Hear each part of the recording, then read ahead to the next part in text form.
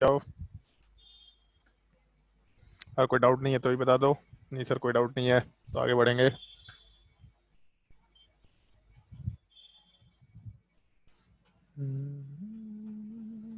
क्या ले रहा मतलब।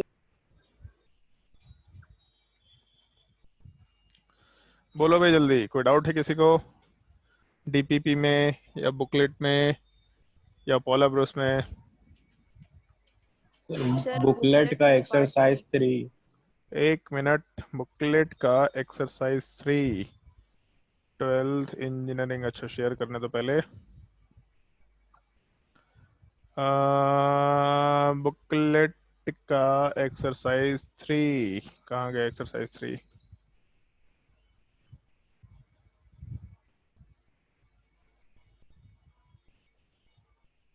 हाँ, बुकलेट के एक्सरसाइज 3 में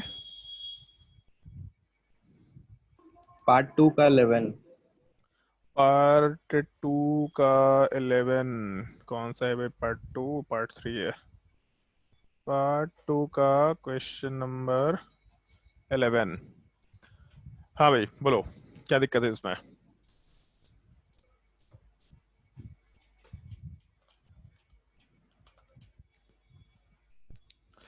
बताओ भाई क्या दिक्कत है इसमें? सर रेट कांस्टेंट किसका ज्यादा होगा? वो तो हमको भी देख के मालूम पड़ रहा है, सवाल में यही पूछ रहा है। एक पॉइंट ध्यान है, cyclic bases are more basic than acyclic bases. ये चीज ध्यान रखना। कोई भी साइक्लिक बेस वाला पार्ट का बेसिक स्ट्रेंथ ज़्यादा होता है as compared to acyclic base. जैसे अगर मान लो, और उसमें कार्बन चेन का स्ट्रक्चर थोड़ा सिमिलर टाइप का होना चाहिए। तो पहले वाले केस में नाइट्रोजन के ऊपर 2 कार्बन चेन, दूसरे वाले केस में 2 कार्बन चेन, ये दूसरे में भी दे रखा। तो इस केस में एक साइक्लिक अमाइन वाला पार्ट ज़्यादा स्ट्रॉन्ग बेस होगा as compared to acyclic amine. इस चीज़ का थोड़ा ध्यान रखना। तो जैसे यहाँ पे बाई साइक्लो कंपाउंड दे रखा, तो बाई साइक्लो मतलब नाइट्रोजन वाले पार्ट में एक और पार्ट ऐड कर दिए, यहाँ भी एक और पार्ट ऐड कर दिए। तो इस केस में हम लोग का जो बाई साइक्लो कंपाउंड है, इसमें जो नाइट्रोजन वाला पार्ट होगा ये ज़्यादा स्ट्रॉन्गर बेस होगा एज कम्पेयर टू दूसरा वाला केस। तो अगर ज़्यादा स्ट्रॉन्गर बेस होगा तो आराम से हम लोग रिएक्शन वाले पार्ट में स्ट्रॉन्गर न्यूक्लियोफाइल के जैसा भी इसको कंसिडर करते हुए काम कर सकते हैं। तो हम लोग का स्ट्रॉन्गर न्यूक्लियोफाइल वाला पार्ट रहेगा पहले वाला केस। पहले वाले केस में देख के मालूम पड़ रहा है CH3I SN1 रिएक्शन ही होगा और कोई ऑप्शन नहीं है यहाँ पे। तो जब SN1 रिएक्शन वाला पार्ट होगा तो SN1 रिएक्शन वाले पार्ट में हम लोगों के पास स्ट्रॉन्गर न्यूक्लियोफाइल ज़्यादा रेट ऑफ रिएक्शन कंसिडर कर सकते हैं। इसका मतलब यहाँ पे एक मिनट, K1 और K1 डैश दे रखा है। इसका मतलब रिएक्शन वाले पार्ट में K1 वाला पार्ट ज़्यादा होगा as compared to K1 dash.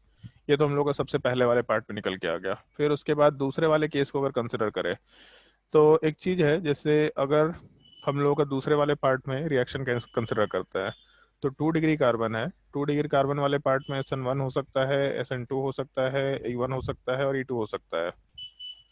और पोलर प्रोटिक मीडियम तो दे नहीं रखा, कहीं भी पोलर प्रोटिक मीडियम नहीं है। तो इसका मतलब SN1 वाला पार्ट नहीं हो पाएगा और E1 वाला पार्ट भी प्रेफरेबली हम लोग नहीं करा सकते, बचा SN2 और E2।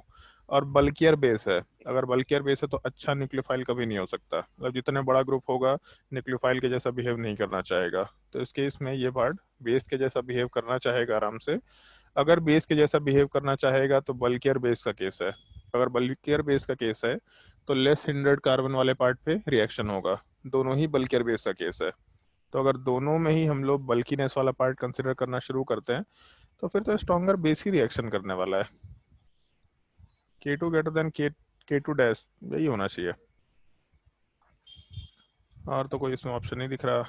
क्या है भाई ऑप्शन में? सर बी भी दिया हुआ है। SN1 के हिसाब से कंपेयर करने के लिए बोल दिया है K1। अच्छा। इन दोनों को आपस में भी कंपेयर करने बोला है, तो फिर SN1 के हिसाब से SN2 के हिसाब से भी कंपैरिजन करना पड़ेगा। तो खैर SN2 के हिसाब से कंपैरिजन करना तो आसान है, क्योंकि यहाँ पे CH3I दे रखा है और यहाँ वाले पार्ट में 2 डिग्री कार्बन है। तो 1 डिग्री और 2 डिग्री कार्बन, उसमें मिथाइल कार्बन, और वहाँ वाले पार्ट में 2 डिग्री कार्बन में पहले वाले का रेट ज़्यादा होगा। तो खैर इसमें अगर मान लो SN2 होता तो भी उस केस में K2 greater than K2 dash है। E1 होता तो भी स्ट्रॉन्गर बेस वाले पार्ट से वही रिलेशन निकल के आ रहा। मतलब अगर हम लोग इसमें SN2 रिएक्शन मानते हुए ही चले तो SN2 रिएक्शन में पहले वाले में K1 greater than K1 dash, दूसरे वाले में K2 greater than K2 dash, और इसके अलावा अगर मान लो बाकी पार्ट को कंपेयर करना है, मतलब ऐसा सवाल दे रखा होता, अगर इसको हम साइड में लिख रहे हैं, एक मिनट।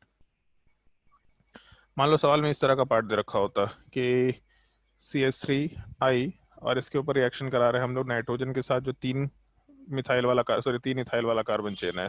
इसका रेट ऑफ रिएक्शन K1 दे रखा, और दूसरा आ, एक ये है 2 डिग्री कार्बन वाला पार्ट, प्रोपेन टू अमाइन। तो इस केस वाले, सॉरी, प्रोपेन टू आयोडो वाला पार्ट, आयोडो प्रोपेन।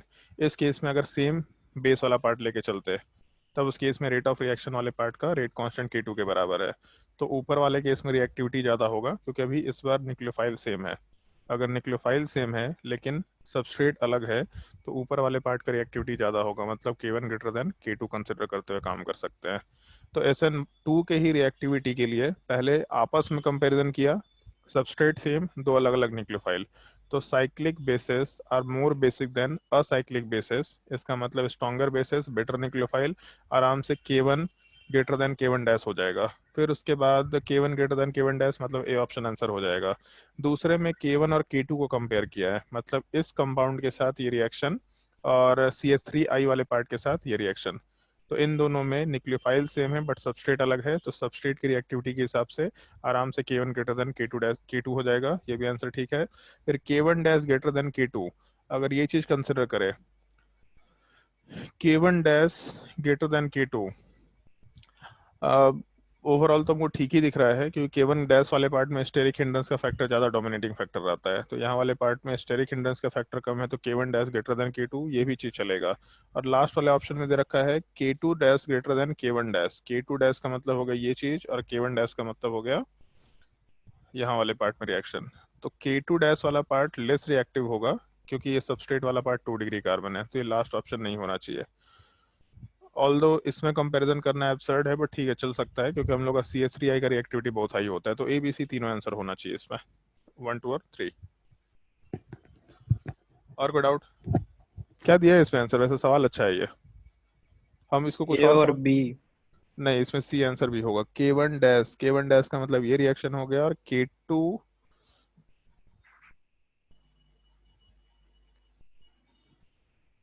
केवल K2 से अगर कंपैरिजन करने बोला है तो ये पार्ट हो गया। नहीं ठीक है, मतलब C ऑप्शन इसमें आंसर होगा। ठीक ठीक सवाल है, हम इसको कुछ और चीज सोच करके हम नहीं दिया करते थे, हमको लगता था E2 एलिमिनेशन का सवाल है, but SN1, sorry, SN2 reaction का सवाल है। ऑप्शन C वाला पार्ट भी आंसर होगा, A, B और C। K1 डैश इधर का रिएक्टेंट हो गया, K2 डैश वाला पार्ट, K2 तो इधर का रिएक्टेंट हो गया। नहीं ठीक है, ऑप्शन C आंसर होगा, केवल D ऑप्शन आंसर नहीं होगा। इसमें आंसर में करेक्शन देख लेंगे। और कोई डाउट किसी को बुकलेट में?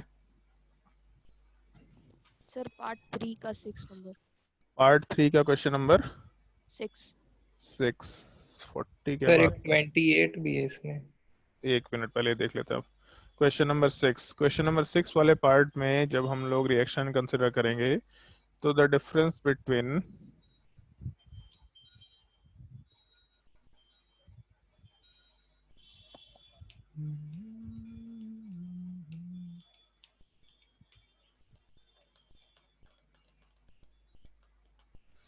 चलो ध्यान दो। सबसे पहले वाले केस में ऐसा दे रखा, KOH वाले पार्ट के साथ हीटिंग। तो अगर हम लोग KOH वाले पार्ट के साथ हीटिंग कराते हैं, तो रिएक्शन वाले पार्ट में एक तो हम लोगों का, ठीक है, रिएक्शन को ढंग से समझना जो चीज़ बोल रहे हैं। एक तो यहाँ पे केवल KOH दे रखा और कुछ मेंशन नहीं कर रखा, तो यहाँ वाले पार्ट में ये जो सबस्ट्रेट है, ये पार्ट रिएक्शन आराम से कर सकता है। नॉर्मली रिएक्शन इस तरीके से हो सकता है, जैसे 5 मेंबर रिंग है, इसके ऊपर एक OH वाला पार्ट और एक CH3। अगर इसका रिएक्शन हम लोग OH माइनस के साथ कराते हैं, तो यहाँ पे एसिड बेस रिएक्शन होगा, जो कि फिजिबल बहुत ज़्यादा तो नहीं है, लेकिन नहीं भी है तो भी अपना काम हो जाएगा। थोड़ा बहुत भी अगर रिएक्शन होता है तो भी काम हो जाएगा। एक ये तरीका है जिसके थ्रू रिएक्शन करा सकते हैं हम लोग। तो हम लोग हीट इन दे रखे हैं, तो नॉन फिजिबल रिएक्शन भी चलो फिजिबल निकल के आ जाएगा। तो नेगेटिव चार्ज वाला पार्ट H के साथ कंबाइन करके H प्लस को यहाँ से हटाएगा। जब H प्लस को हटाएगा तो 5 मेंबर रिंग का फॉर्मेशन, और उसके अलावा यहाँ O माइनस, और ये O माइनस वाला पार्ट आराम से CH3I के साथ SN2 रिएक्शन कैरी आउट कर सकता है। तो जब यहाँ पे SN2 रिएक्शन होगा तो प्रोडक्ट वाले पार्ट में 5 मेंबर रिंग, उसके अलावा O के साथ एक CH3 का फॉर्मेशन, ये पहले वाले केस में प्रोडक्ट बन के आएगा। जबकि दूसरे वाले केस में एक चीज़ देखो, ये चीज़ एल्कोहलिक KOH, ये अल्कोहल है और यहाँ पे KOH दे रखा। तो ये लिखने का एक तरीका हो सकता है कंपाउंड को, एल्कोहलिक KOH। उसमें इसी लाइन के ऊपर एल्कोहलिक KOH नहीं देगा, हो सकता है अल्कोहल अलग से दे दे। तो एल्कोहलिक KOH वाला पार्ट इसका मतलब, और हीटिंग दे रखा, E2 एलिमिनेशन होगा। अगर E2 एलिमिनेशन होगा तो यहाँ से आयोडीन हटेगा, और मेजर प्रोडक्ट बनाने के लिए हम लोग आराम से डबल बॉन्ड यहाँ से बना, मतलब हाइड्रोजन को हटा के यहाँ से डबल बॉन्ड बना सकते हैं। मतलब दूसरे वाले केस में ये टाइप का प्रोडक्ट निकल के आने वाला है। और पूछा है difference between the molecular weight, तो मॉलिकुलर वेट कैलकुलेट करके डिफरेंस निकाल लेना। ठीक सवाल है, ये भी अच्छा सवाल है। और कोई डाउट? उसमें कौन सा था पार्ट 2 में? 28 नंबर, क्वेश्चन नंबर 28 वाले पार्ट में सर आ, इसमें डी बोलो। ऑप्शन है कि नहीं? क्या? Option D.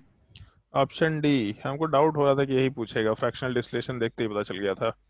Fractional distillation of elimination product. पहले तो ये चीज़ बताओ कि अगर हम लोग एलिमिनेशन प्रोडक्ट कैरी आउट करते हैं, तो जैसे ये पार्ट अगर हटेगा तो यहाँ डबल बॉन्ड बन सकता है, और दूसरे साइड डबल बॉन्ड बनेगा तो सेम चीज़ बनेगा। इसका मतलब एक तो हमको ये प्रोडक्ट दिख रहा है, कार्बन डबल बॉन्ड कार्बन, इसके ऊपर एक CH3 है, जबकि दूसरे कार्बन के ऊपर C2H5 और CH3 है। तो यहाँ पे एक CH3 और दूसरा यहाँ पे C2H5, पहला चीज़।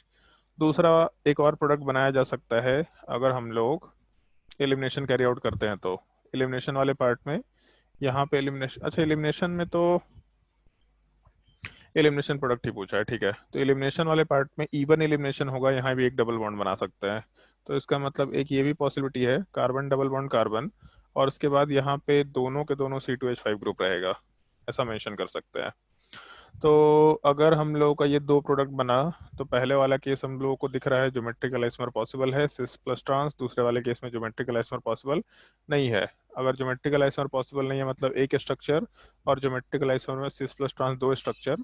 फ्रैक्शनल डिस्टिलेशन में जितने भी सब्सटेंसेस का बॉइलिंग पॉइंट अलग होता है उन सबको हम लोग कंसिडर करते हैं। तो बॉइलिंग पॉइंट वाला पार्ट हम लोग का अलग है, इसका मतलब दो फ्रैक्शन यहाँ से आएगा और एक फ्रैक्शन यहाँ से आएगा, टोटल मिला करके तीन फ्रैक्शन आफ्टर फ्रैक्शनल डिस्टिलेशन बोला जा सकता है। तो ट्रू में ये ऑप्शन तो नहीं होना चाहिए।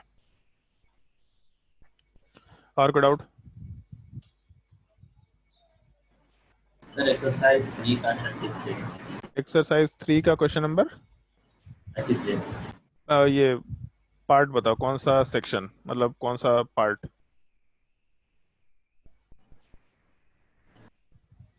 एक्सरसाइज 3 तो चल ही रहा है, एक्सरसाइज 3 में कौन से पार्ट का 33?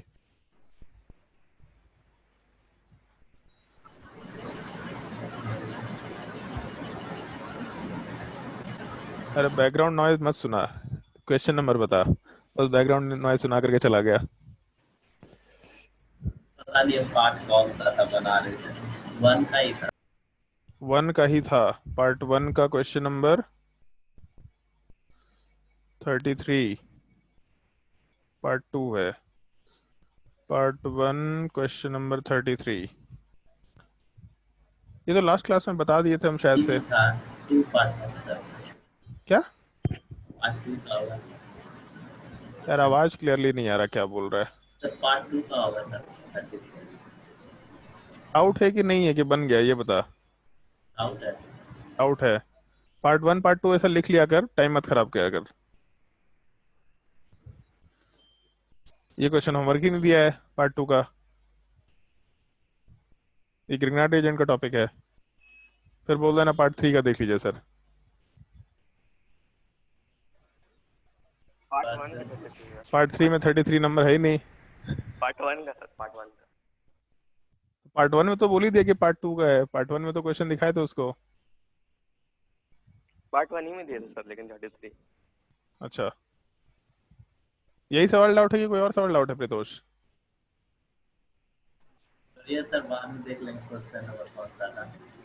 ए भगवान सब। यार इस बार बोकारो में बारिश खत्म नहीं होगा क्या? इस बार गर्मी का मौसम ही नहीं आया, बारिश खत्म ही नहीं हो रहा।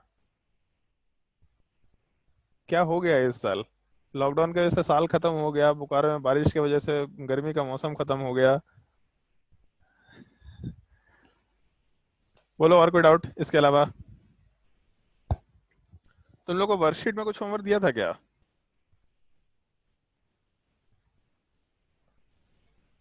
वर्कशीट तुम लोग को शायद मिला भी नहीं है, हम देना तुम लोग को भूल गए थे वर्कशीट। आज वर्कशीट मिल जाएगा, और वर्कशीट में भी तुम लोग को होमवर्क मिलने वाला है, क्योंकि सर क्या सर फिनाइल ग्रुप पे भी E1 से भी हो जाता है क्या? फिनाइल ग्रुप में इवन सी भी हो जाता है, बहुत अच्छा तो नहीं होता लेकिन हो जाता है, अगर हीटिंग कर रखे होंगे तो पॉसिबल है।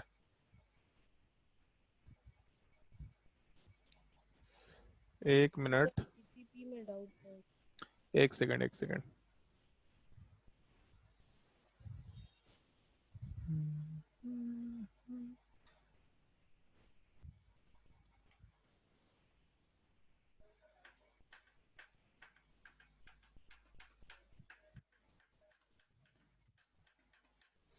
जो तुम लोगों को वर्कशीट दिया था लास्ट ईयर, उसमें जैसे ऑप्टिकल आइसोमरिज्म का कुछ सवाल था, उसके अलावा ज्योमेट्रिकल आइसोमरिज्म का सवाल था, आरएस नोमेनक्लेचर का सवाल था, वो सब सवाल तो था ही, बट उसके अलावा उसमें क्लोरीनेशन का सवाल और जोनलिसिस का सवाल भी दे रखा था। तो उन सब टॉपिक्स को हम होमवर्क में देंगे तुम लोगों के सामने। एक मिनट, क्योंकि वर्कशीट में सवाल देना हम भूल गए थे, इसमें तुम लोगों का बहुत सारा सवाल ऐसा था जो हम लोगों को करना चाहिए था, एकदम ध्यान से उतर गया था। तो अभी वर्कशीट में होमवर्क नोट कर लो तुम लोग। ऑल्दो हमको लगता है कि बहुत सारा वर्कशीट हम होमवर्क में दे भी चुके हैं तुम लोगों को, बट अगर नहीं भी दिए होंगे तो अपना ट्राई करके देख लेना भाई। मतलब वर्कशीट तुम लोगों के ग्रुप में शेयर कर देंगे, शेयर कर ही देते हैं अभी, जाओ।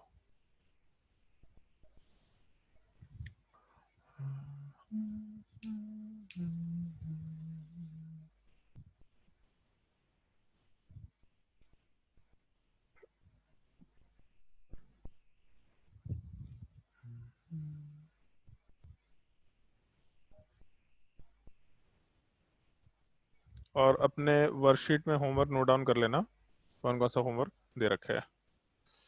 क्या हो गया भाई, फाइल क्यों नहीं जा रहा?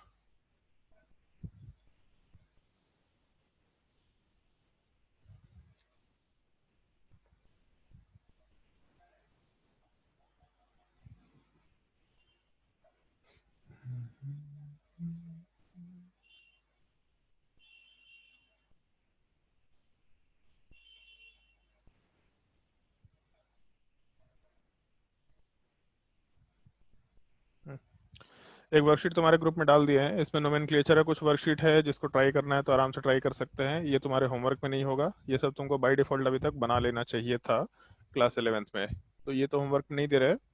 और इसके अलावा आइसोमरिज्म वाला भी वर्कशीट हम लोग करवा चुके थे क्लास में, ज्योमेट्रिकल आइसोमरिज्म वाला भी वर्कशीट तुम लोग को होमवर्क में दे चुके हैं हम। ये सब डिस्कशन हो चुका है, ये भी डिस्कशन हो चुका है, आरएस नोमेनक्लेचर वाला पार्ट डिस्कशन हो चुका है शायद से, जहाँ तक हमको ध्यान है। नंबर ऑफ ऑप्टिकल आइसोमरिज्म अगर डिस्कस नहीं हुआ है तो वो चीज़ भी देख लेना। और बाकी ये रिलेशन वाला पार्ट शायद से होमवर्क दे चुके थे, वर्कशीट नंबर 15। फिर उसके बाद एक ये सवाल ट्राई करके देखना, वर्कशीट नंबर 16, ये पूरा का पूरा ट्राई करना है तुम लोगों को। कैटलिटिक हाइड्रोजनेशन बचपन में सुन रखे हैं, अगर हम लोग एक अल्कीन वाले पार्ट या अल्काइन वाले पार्ट में हाइड्रोजन के साथ रिएक्शन कराते हैं इन द प्रेजेंस ऑफ कोई भी कैटलिस्ट, रेनी निकल हो गया या निकल, मतलब एक्चुअल में रेनी निकल का मतलब ग्राइंडेड निकल होता है, तो कहीं अगर रेनी निकल वर्ड मेंशन मिलेगा, ये चीज RANEY, रेनी मतलब RAINY नहीं, तो रेनी निकल अगर वर्ड मिलेगा मतलब वही निकल है। निकल, पैलेडियम, प्लेटिनम, तीनों में से कोई भी कैटलिस्ट यूज कर लो और हाइड्रोजनेशन करा सकते हैं। उसके बाद ये मोनोक्लोरिनेशन वाला पार्ट तुम लोग को बता रखा है, तो इसके वर्कशीट नंबर 17 को पूरा सॉल्व कर लेना, और तुम्हारी जिंदगी थोड़ी आसान है यहाँ पे, क्योंकि कितने स्ट्रक्चरल आइसोमर बनेंगे वो मेंशन किया हुआ है। केवल तुम लोग को उसमें ये काउंट करना है कि हम लोग का total number of monochloro product including stereoisomers कितना निकल के आएगा। इस एक चीज का थोड़ा ध्यान रखना, इस वर्कशीट को ट्राई करके देखना पूरा। और इसके बाद ओजोनलिसिस वाला पार्ट होगा, वर्कशीट नंबर 18। नेक्स्ट क्लास में 16, 17, 18 ये तीनों वर्कशीट तुमको ट्राई करना ही करना है। 19 शायद हम लास्ट ईयर करवा चुके हैं तुम लोगों को, 20 वाला भी लास्ट ईयर करवा चुके हैं क्लास में, 21 वाला part plus M minus M ये लास्ट ईयर हम दे चुके हैं तुम लोगों को, और हाइपर कंजुगेशन भी लास्ट ईयर करवा चुके हैं। 23 कौन कौन से कंपाउंड एरोमेटिक है, अगर नहीं किया होगा तो फिर से कर लेना, बट ये भी हमको जहाँ तक ध्यान है कि लास्ट ईयर हम लोग वर्कशीट में करा चुके हैं, तो काफी अच्छे अच्छे क्वेश्चन है, अपना कर सकते हैं। और वर्कशीट नंबर 24 ट्राई कर लेना, क्योंकि हम लोग कार्बोकेटायन का स्टेबिलिटी कंपेयर कर चुके हैं रिसेंटली, तो ये क्वेश्चन अब आराम से सॉल्व कर सकते हैं, इसको ट्राई कर लेना। तो तुम्हारा पूरा वर्कशीट जो है बिल्कुल बेसिक पार्ट वो सब कंप्लीट हो जाएगा, ध्यान रखना है इस चीज का। तो अब हम लोग टॉपिक शुरू करते हैं। लास्ट क्लास में अल्काइल हैलाइड के सारे रिएक्शंस मेंशन कर दिए थे, और इसके बाद अब हम लोग सर एक लेक्चर पीपीपी नंबर में डाउट था। चलो बाद में पूछ लेना, पढ़ाई कर लेते हैं, ठीक है? क्योंकि अगर नहीं पढ़ाएंगे तो फिर वो टॉपिक बना पाना भी मुश्किल हो जाएगा। कुछ क्वेश्चंस उसमें बीच में आ रहे हैं जो अल्कोहल वाले पार्ट के रिएक्शंस हैं, तो पहले पढ़ाई कर लेते हैं। लेक्चर नंबर 26, हेडिंग डाल देना अल्कोहल एंड इथर।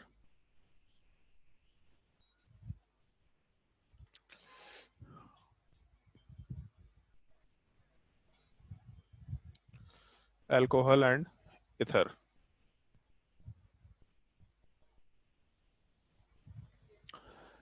चलो ध्यान दो। जैसे जब हम लोग SN1 रिएक्शन वाला पार्ट डिस्कस कर रहे थे या SN2 रिएक्शन वाला पार्ट डिस्कस कर रहे थे, तो एक चीज थोड़ा बहुत याद होगा तुम लोगों को कि वहाँ पे जब हम लोग एक रिएक्शन में एक छोटा सा पॉइंट मेंशन किए थे, the following compound can not give SN2 reaction या the following compound can not give SN1 reaction. तो वहाँ पे एक छोटा सा पार्ट ऐसा मेंशन किया था कि अगर कार्बन चेन के साथ कोई पुअर लिविंग ग्रुप अटैच्ड है, तब उस केस में ये पुअर लिविंग ग्रुप होने की वजह से रिएक्शन में पार्टिसिपेट नहीं कर सकता। और पुअर लिविंग ग्रुप वाले पार्ट में वहाँ पे मेंशन किया था NH2 माइनस वाला पार्ट पुअर लिविंग ग्रुप होता है। इनफैक्ट अब तक तो मालूम पड़ गया है कि NR2 प्लस भी पुअर लिविंग ग्रुप होता है, NR3 प्लस भी पुअर लिविंग ग्रुप होता है। उसके अलावा फिर वहाँ पे OH माइनस वाला पार्ट था, F माइनस वाला पार्ट था, ये सब पुअर लिविंग ग्रुप्स हैं। तो हम लोग जब अल्कोहल की बात करेंगे तो अल्कोहल का तो सिंपल सा मतलब ये है R के साथ OH। और इस केस में ये जो OH ग्रुप है, अगर ये लिविंग ग्रुप के जैसा हटता है मतलब OH माइनस वाला पार्ट रहेगा। OH माइनस अच्छा लिविंग ग्रुप नहीं होता। H2O फिर भी अच्छा लिविंग ग्रुप है, बट OH माइनस काफ़ी स्ट्रॉन्ग बेसिक पार्ट है, ये अच्छा लिविंग ग्रुप नहीं होता है। तो अगर ये अच्छा लिविंग ग्रुप नहीं है, इसका मतलब हम लोग कभी भी OH को OH माइनस के जैसा हटा करके यहाँ पे रिएक्शन कैरी आउट नहीं कर सकते। ये एक बड़ा प्रॉब्लमेटिक चीज़ है अपने लिए। तो अगर हम लोग को अल्कोहल वाले पार्ट पे रिएक्शन कराना है, इनफैक्ट ईथर की भी अगर बात करें तो ईथर का मतलब होता है ROR। अब सिमेट्रिकल है या अनसिमेट्रिकल से कोई मतलब नहीं है, लेकिन अगर इस तरह का ग्रुप रहा तो अपना लिविंग ग्रुप वाला पार्ट RO माइनस बनेगा। तो जब OH माइनस वाला पार्ट अच्छा लिविंग ग्रुप नहीं है, तो RO माइनस तो और भी स्ट्रॉन्गर बेस हो गया। इसका मतलब RO माइनस और भी पुअर लिविंग ग्रुप है। तो अपने पूरे रिएक्शन में OH माइनस वाला part as a leaving group नहीं हटना चाहेगा। RO माइनस और भी पुअर लिविंग ग्रुप है, ये और ज़्यादा नहीं हटना चाहेगा। इसका मतलब दोनों पुअर लिविंग ग्रुप्स हैं। अगर दोनों पुअर लिविंग ग्रुप्स हैं तो ना SN1 रिएक्शन होगा, ना SN2 रिएक्शन होगा, ना SN3 रिएक्शन होगा, ना SN4 रिएक्शन होगा, किसी भी टाइप का रिएक्शन। SN3 SN4 नहीं होता है। SN1 डैश टाइप का एक रिएक्शन होता है जो अपने को पढ़ना नहीं है। SN1 डैश SN2 डैश अपने काम का नहीं होता। E1 और E2 रिएक्शन नहीं हो पाएगा। तो अगर यहाँ पे रिएक्शंस नहीं हो पा रहे हैं, तब इस केस में हम लोग क्या कर सकते हैं कि रिएक्शन हो पाए? तो जैसे एक छोटा सा पार्ट है, इस चीज़ का थोड़ा ध्यान रखना। अगर हम लोग इस OH वाले पार्ट को किसी तरीके से अच्छे लिविंग ग्रुप में कन्वर्ट कर दें तो अपना काम हो जाएगा। और अगर हम लोग इस OH वाले पार्ट को मतलब अल्कोहल वाले पार्ट के OH वाले पार्ट को अगर एक अच्छे लिविंग ग्रुप में कन्वर्ट करना चाहते हैं, तो पहली पॉसिबिलिटी जिसको हम लोग ऐसा कंसिडर कर सकते हैं कि हम लोग इस ROH वाले पार्ट में H प्लस का एडिशन करा दें। अगर हम लोग H प्लस का एडिशन करा देंगे तब उस केस में ROH2 प्लस बनेगा। अब यहाँ पे पहले लिविंग ग्रुप जब OH था तो लिविंग ग्रुप OH माइनस निकल के आ रहा था। अभी यहाँ पे OH2 प्लस है, तो यहाँ से जो अपना लिविंग ग्रुप वाला पार्ट है ये H2O निकल के आएगा, मतलब एक न्यूट्रल लिविंग ग्रुप है। और जैसे इससे पहले हम लोग जो हॉफमैन एलिमिनेशन प्रोडक्ट डिस्कस कर रहे थे कि वहाँ पे NR3 प्लस वाला पार्ट या फिर SR2 प्लस वाला पार्ट अच्छा लिविंग ग्रुप वाला पार्ट नहीं था, लेकिन अगर H2O फॉर्मेशन हो रहा है या फिर ऑक्सीजन के ऊपर पॉजिटिव चार्ज है तो ये ठीक ठीक लिविंग ग्रुप में कन्वर्ट हो जाता है। तो अगर हम लोग इस अल्कोहल को, और ये सब तरीका बस ध्यान रखना है तुमको, हम लोग क्या कर सकते हैं। अगर हम लोग इस अल्कोहल वाले पार्ट को H प्लस के साथ ऐड करा दें, मतलब इस अल्कोहल के OH ग्रुप का एसिडिफिकेशन करा दें, तब उस केस में हम लोग का लिविंग ग्रुप H2O बनेगा, जो कि एक अच्छा लिविंग ग्रुप है। आराम से ऐसा रिएक्शन हो सकता है। मतलब अगर अल्कोहल पे रिएक्शन कराना है तो हम लोग एसिडिफिकेशन करा के आराम से रिएक्शन कैरी आउट कर सकते हैं। ये सबसे पहला तरीका जो अपने को ध्यान रखना है। फिर उसके अलावा दूसरा तरीका जिसमें हम लोग इस पूरे ग्रुप वाले पार्ट को, ऑल्दो ये अच्छा ग्रुप नहीं है, लेकिन इसका रिएक्शन अगर हम लोग SOCl2 के साथ करा दे, या फिर PCl3 के साथ करा दे, या फिर PCl5 के साथ करा दे, तो इन तीनों सिनेरियो में मतलब SOCl2 ले लो या SOX ले सकते हैं यहाँ पे, SOX2। सिमिलर टाइप से नीचे वाले पार्ट में भी हम लोग PX3 मतलब ये क्या बोलते हैं, ट्राई हैलाइड वाला पार्ट लेके चल रहे हैं हम लोग, फॉस्फोरस ट्राई हैलाइड। तो इस केस में हम लोग PCl3 ले लें, PBr3 ले लें, PI3 ले लें, इन तीनों कंपाउंड्स के साथ अगर रिएक्शन कराते हैं तो इस केस में जो OH वाला पार्ट है ये Cl में कन्वर्ट हो जाता है। कैसे कन्वर्ट होता है ये सोचने की बात है, ये हम लोग रिएक्शन मैकेनिज्म में डिस्कस करेंगे, और यहाँ पे हम लोग का SNI मैकेनिज्म आता भी है। तो एक ये सिनेरियो है जो हम लोग कैरी आउट कर सकते हैं। कोई ऐसा पूछ सकता है कि सर OH तो पुअर लिविंग ग्रुप था तो हटा क्यों? तो उसके मैकेनिज्म को जब डिस्कस करेंगे तो पता चल जाएगा, तीनों कंपाउंड के मैकेनिज्म को डिस्कस करेंगे तो पता चल जाएगा तुम लोगों को कि OH वाला पार्ट एक्चुअल में पॉजिटिवली चार्ज हो जाता है, जिसकी वजह से अच्छे लिविंग ग्रुप में कन्वर्ट हो जाता है। तो जब यहाँ पे हम लोग का R के साथ हेलोजन आएगा तो यहाँ से लिविंग ग्रुप वाला पार्ट हेलोजन मतलब आराम से रिएक्शन हो सकता है। ये दूसरा सिनेरियो जो हम लोग यूज कर सकते हैं। इसके अलावा तीसरा एक और सिनेरियो है जिसको ध्यान रखना है। जैसे लास्ट क्लास में एक चीज सुना था तुम लोगों ने, जो बोले थे हम DPP में क्वेश्चन नंबर 1 बोले थे ये चीज अभी नहीं बना सकते। कोई और भी पूछा था, शायद ग्रुप में भी पूछा था, टोसाइल क्लोराइड के साथ रिएक्शन THCl। तो जब THCl के साथ रिएक्शन होता है तो इस केस में जो OH वाला पार्ट है ये OTS में कन्वर्ट हो जाता है। और अगर थोड़ा बहुत पुराना चीज याद हो तो तुम लोग को ध्यान होगा, ये नाम बहुत पहले मेंशन किया था। आर्यमान बताओ अभी क्या नाम है इसका?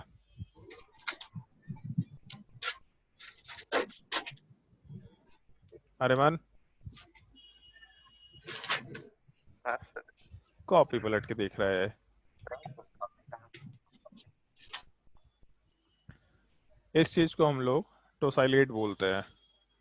टोसाइलेट, ट्रिफ्लेट, ये सब नाम मेंशन किया था लिविंग ग्रुप वाले पार्ट में, और बोला था कि टोसाइलेट वाला पार्ट बहुत ही अच्छा लिविंग ग्रुप होता है। तो हम लोग का जो OH है उसके H के जगह पे, मतलब यहाँ जो OH है इसके H के जगह पे हम लोग का ये TS वाला पार्ट आ सकता है। तो जब हम लोग के H के जगह पे यहाँ पे ये H हट के TS आएगा तो उस केस में जो ऑक्सीजन का नेगेटिव चार्ज है अच्छे लिविंग ग्रुप में कन्वर्ट हो सकता है। ये टोसाइलेट के साथ रिएक्शन या फिर टोसाइलेट में कन्वर्जन ये किस तरीके से हो सकता है, इस एक चीज का हम लोग डिस्कशन करेंगे थर्ड पार्ट में। और ऑलमोस्ट सिमिलर टाइप का एक और कंसिडरेशन है जहाँ पे हम लोग इन जनरल असाइलेशन कराते हैं। और इस चीज को अच्छे से समझना असाइलेशन वाले पार्ट को, क्योंकि यहाँ पे जो हम लोग रिएक्शन मैकेनिज्म मेंशन करेंगे वही रिएक्शन मैकेनिज्म एसिड डेरिवेटिव में आएगा। एसिड डेरिवेटिव में हम लोग वहां पे रिएक्शन मैकेनिज्म में SNAE मैकेनिज्म मेंशन करते हैं, या बुकलेट में एक और नाम देखा होगा SNTH। तो जब हम लोग एसिड डेरिवेटिव की बात करते हैं मतलब असाइल हैलाइड, एनहाइड्राइड और अमाइड, तो इन सब तीनों कंपाउंड्स के रिएक्शन में ये मैकेनिज्म होता है। यही चीज दोनों जगह पे होता है। तो यहाँ पे अगर इस चीज को अच्छे से सीखेंगे तो आगे जाने के बाद सिमिलर टाइप का चीज रिपीट होगा तो तुमको कुछ भी नया दिखाई नहीं देगा। तो वहां पे हम लोग का रिएक्शन मैकेनिज्म बहुत ही इजीली कवर हो जाएगा। बस ये है कि अभी हम लोग केवल रिएक्शन का स्टेप सीखेंगे, वहां जाने के बाद पता चलेगा कि रिएक्शन में रिएक्टिविटी का क्या क्या फैक्टर होता है। पूरा प्रॉपर रिएक्शन के मैकेनिज्म से रिलेटेड सारे पॉइंट सीखेंगे।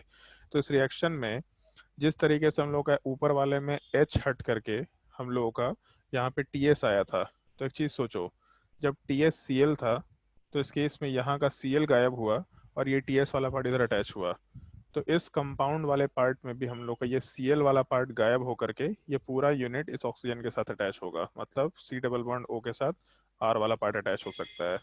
इस चीज को हम लोग इन जनरल असाइलेशन बोल दिया करते हैं कि हम लोग रिएक्शन वाले पार्ट में अपने अल्कोहल का रिएक्शन किसी ऐसे कंपाउंड के साथ कराएंगे जिसमें एक तो हम लोग असाइल हैलाइड ले सकते हैं, और अगर असाइल हैलाइड नहीं लेना है तो हम लोग एनहाइड्राइड भी ले सकते हैं। ये दोनों रिएजेंट पॉसिबल है।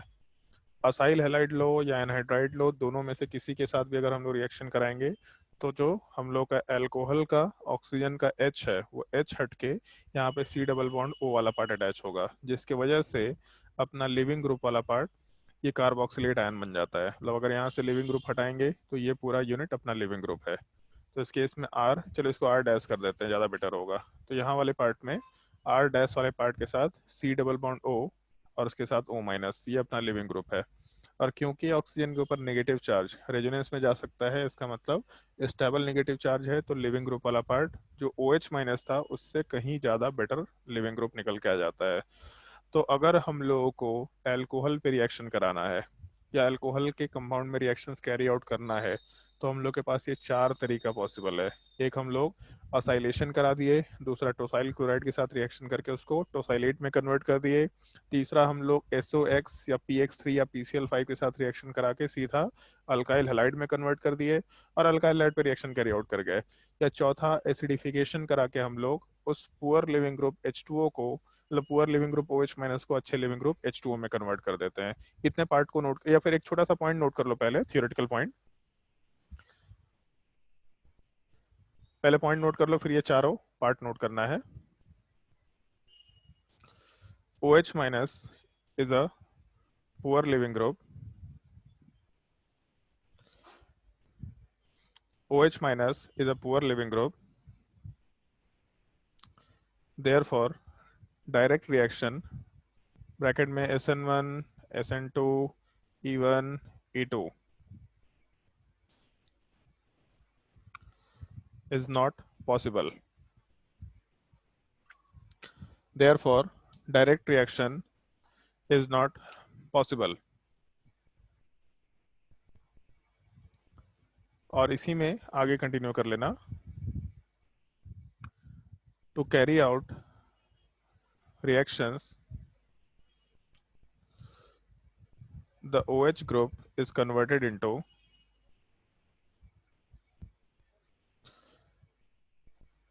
the OH group is converted into a good living group. The OH group is converted into a good living group by, यहाँ से रिएक्शन नोट करना शुरू कर लो। सबसे पहले वाले पार्ट में एसिडिफिकेशन मेंशन कर लेना, दूसरे वाले केस में कन्वर्जन टू अल्काइल हैलाइड, तीसरे वाले केस में टोसाइलेट के साथ रिएक्शन, मतलब रिएक्शन विद THCl। एक एक करके हम लोग चारों स्टेप्स को मेंशन करेंगे और सबसे नीचे वाले पार्ट में असाइलेशन। नोट डाउन करो इस चीज को, फिर एक्सप्लेन करते हैं, थोड़ा लाइट और कर लेते हैं।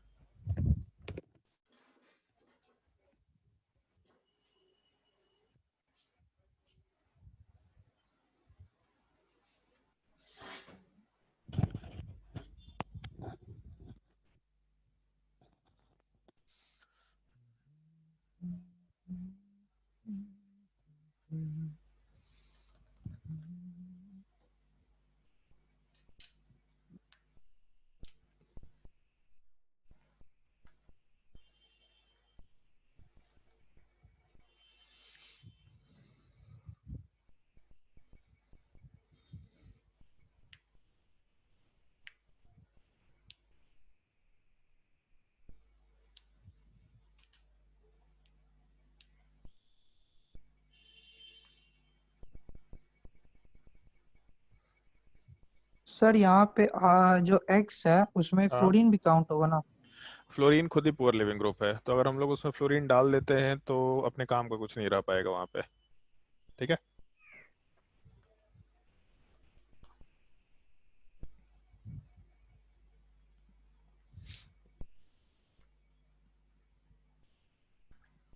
और किसी को कोई डाउट होगा तो पूछ सकता है।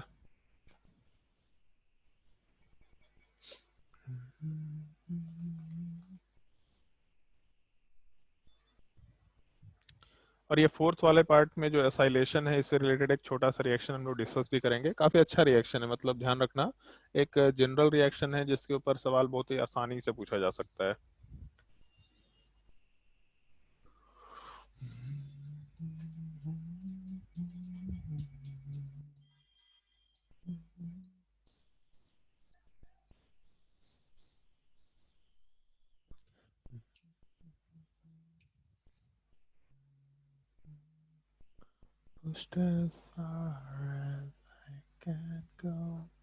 सबसे पहले हम लोग असाइलेशन डिस्कस करेंगे, फिर टोसाइल क्लोराइड के साथ रिएक्शन। दोनों ऑलमोस्ट सेम रिएक्शन है, ऑलमोस्ट, थोड़ा सा डिफरेंस के साथ है बट ऑलमोस्ट सेम रिएक्शन है। फिर उसके बाद हम लोग एसिडिफिकेशन वाला पार्ट डिस्कस करेंगे और उसके बाद फिर हम लोग आराम से रिएक्शन विद SOCl2 वाला पार्ट डिस्कस कर सकते हैं। जब पहले थर्ड नंबर कर लेंगे, मतलब उल्टा ही ऑर्डर फॉलो कर रहे हैं, 4 3 2 1। नीचे के दोनों रिएक्शन बड़े ही सिंपल से है। अगर छाप लिया होगा तो फिर हम लोग नेक्स्ट रिएक्शन में मूव कर सकते हैं।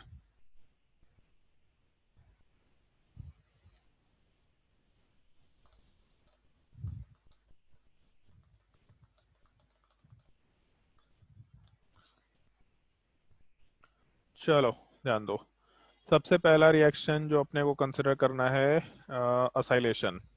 हेडिंग डाल दो, असाइलेशन।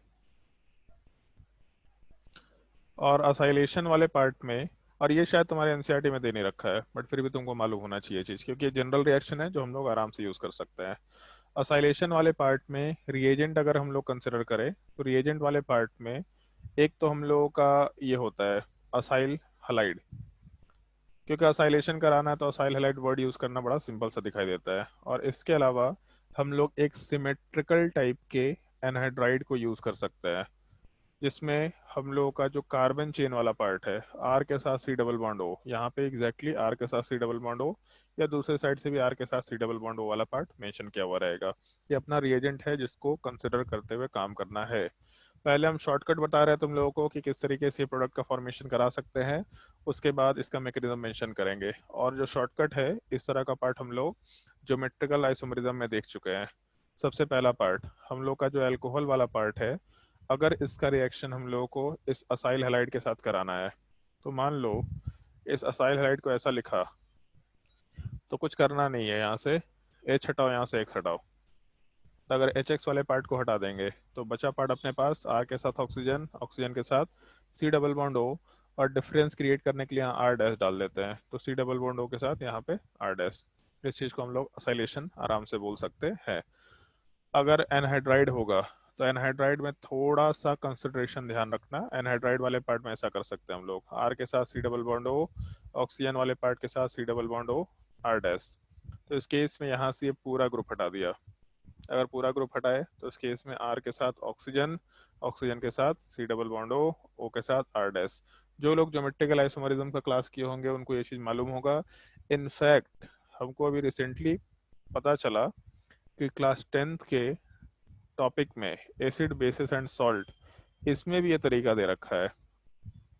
इसमें इस तरीके से तरीका दे रखा है, HX वाला पार्ट एसिड है और MOH वाला पार्ट बेस है। एसिड प्लस बेस क्या बनाता है, सॉल्ट प्लस वाटर। तो यहाँ से इसको कंबाइन करके MX बना दिया सॉल्ट, और साथ ही साथ बाकी बचा पार्ट H और OH, इसका मतलब H2O। तो सॉल्ट प्लस वाटर का फॉर्मेशन करा दिया। तो 10th क्लास में रिएक्शन एक्चुअल में दे रखा है, बट अपने को 10th क्लास की बात नहीं करनी है यहाँ पे। तो हम लोग थोड़ा ऊपर लेवल का बात करेंगे। एक तरफ से H हटेगा, दूसरी तरफ से X हटेगा, तो प्रोडक्ट में ये जो बचा हुआ पार्ट है वो पहले वाले पार्ट से अटैच होकर के आराम से प्रोडक्ट बना दिया। सेम टाइप से नीचे में R O के साथ बाकी बचे हुए पार्ट को अटैच करके दूसरे वाले प्रोडक्ट का फॉर्मेशन करा दिए। ऐसा मेंशन कर सकते हैं हम लोग आराम से, नोट कर लो। ये तो सिंपल सा रिएक्शन में प्रोडक्ट बनाने का तरीका है जो तुमको मालूम होना चाहिए। I try so hard.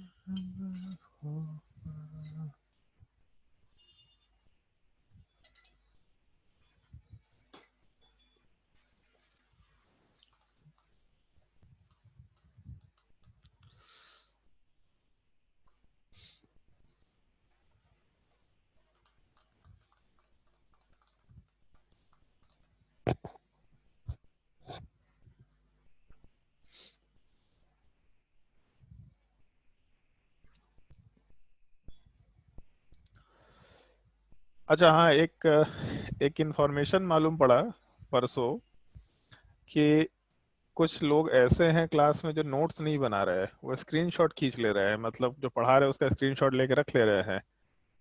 मतलब इतने स्मार्ट लोग कहाँ से आते हैं हमको नहीं मालूम। हम भी ये काम कर सकते हैं। हम भी लास्ट ईयर के मेरे पास स्टूडेंट लोग का नोट्स पड़ा हुआ है, तो उसको पेज को डिस्प्ले कर देंगे यहाँ पे और उसी में प्रवचन चला देंगे अपना कि देखो पहले वाले लाइन में, यार लिखेंगे भी नहीं कुछ, हम कुछ नहीं करेंगे, सब बैठ जाएंगे। अब लोग पहले वाले पेज में देखो यहाँ पे ये चीज ऐसा इलेक्ट्रॉन कोऑर्डिनेट किया, फिर यहाँ पे इधर जाके इलेक्ट्रॉन कोऑर्डिनेट किया। हम भी ऐसा ही क्लास ले सकते हैं आराम से। मेरे लाइफ में हम तो इस चीज को 10 बार भी नहीं, हमको लगता है कि हर साल 6-6 बार लिख चुके हैं। तो 7-6-42 बार एक ही चीज को लिख चुके हैं। तो अब हम ऑलरेडी बहुत बार इस चीज को लिख चुके हैं, तो हम उतना लिखने के मूड में नहीं रहते हैं। तो तुम लोग अपना स्क्रीनशॉट वाला दिमाग मत लगाया करना। जब इस नोट्स को लिखेंगे ना तब दिमाग में थोड़ी चीजें रहती है कि हाँ ये चीज ऐसा लिखा हुआ था, ये चीज ऐसा लिखा हुआ था। वरना हम भी अपना शॉर्टकट यूज करना शुरू कर लेंगे तो तुमको भी मजा आएगा, हमको भी मजा आएगा, सिलेबस भी 10 दिन के अंदर खत्म हो जाएगा, सोचना ही नहीं पड़ेगा।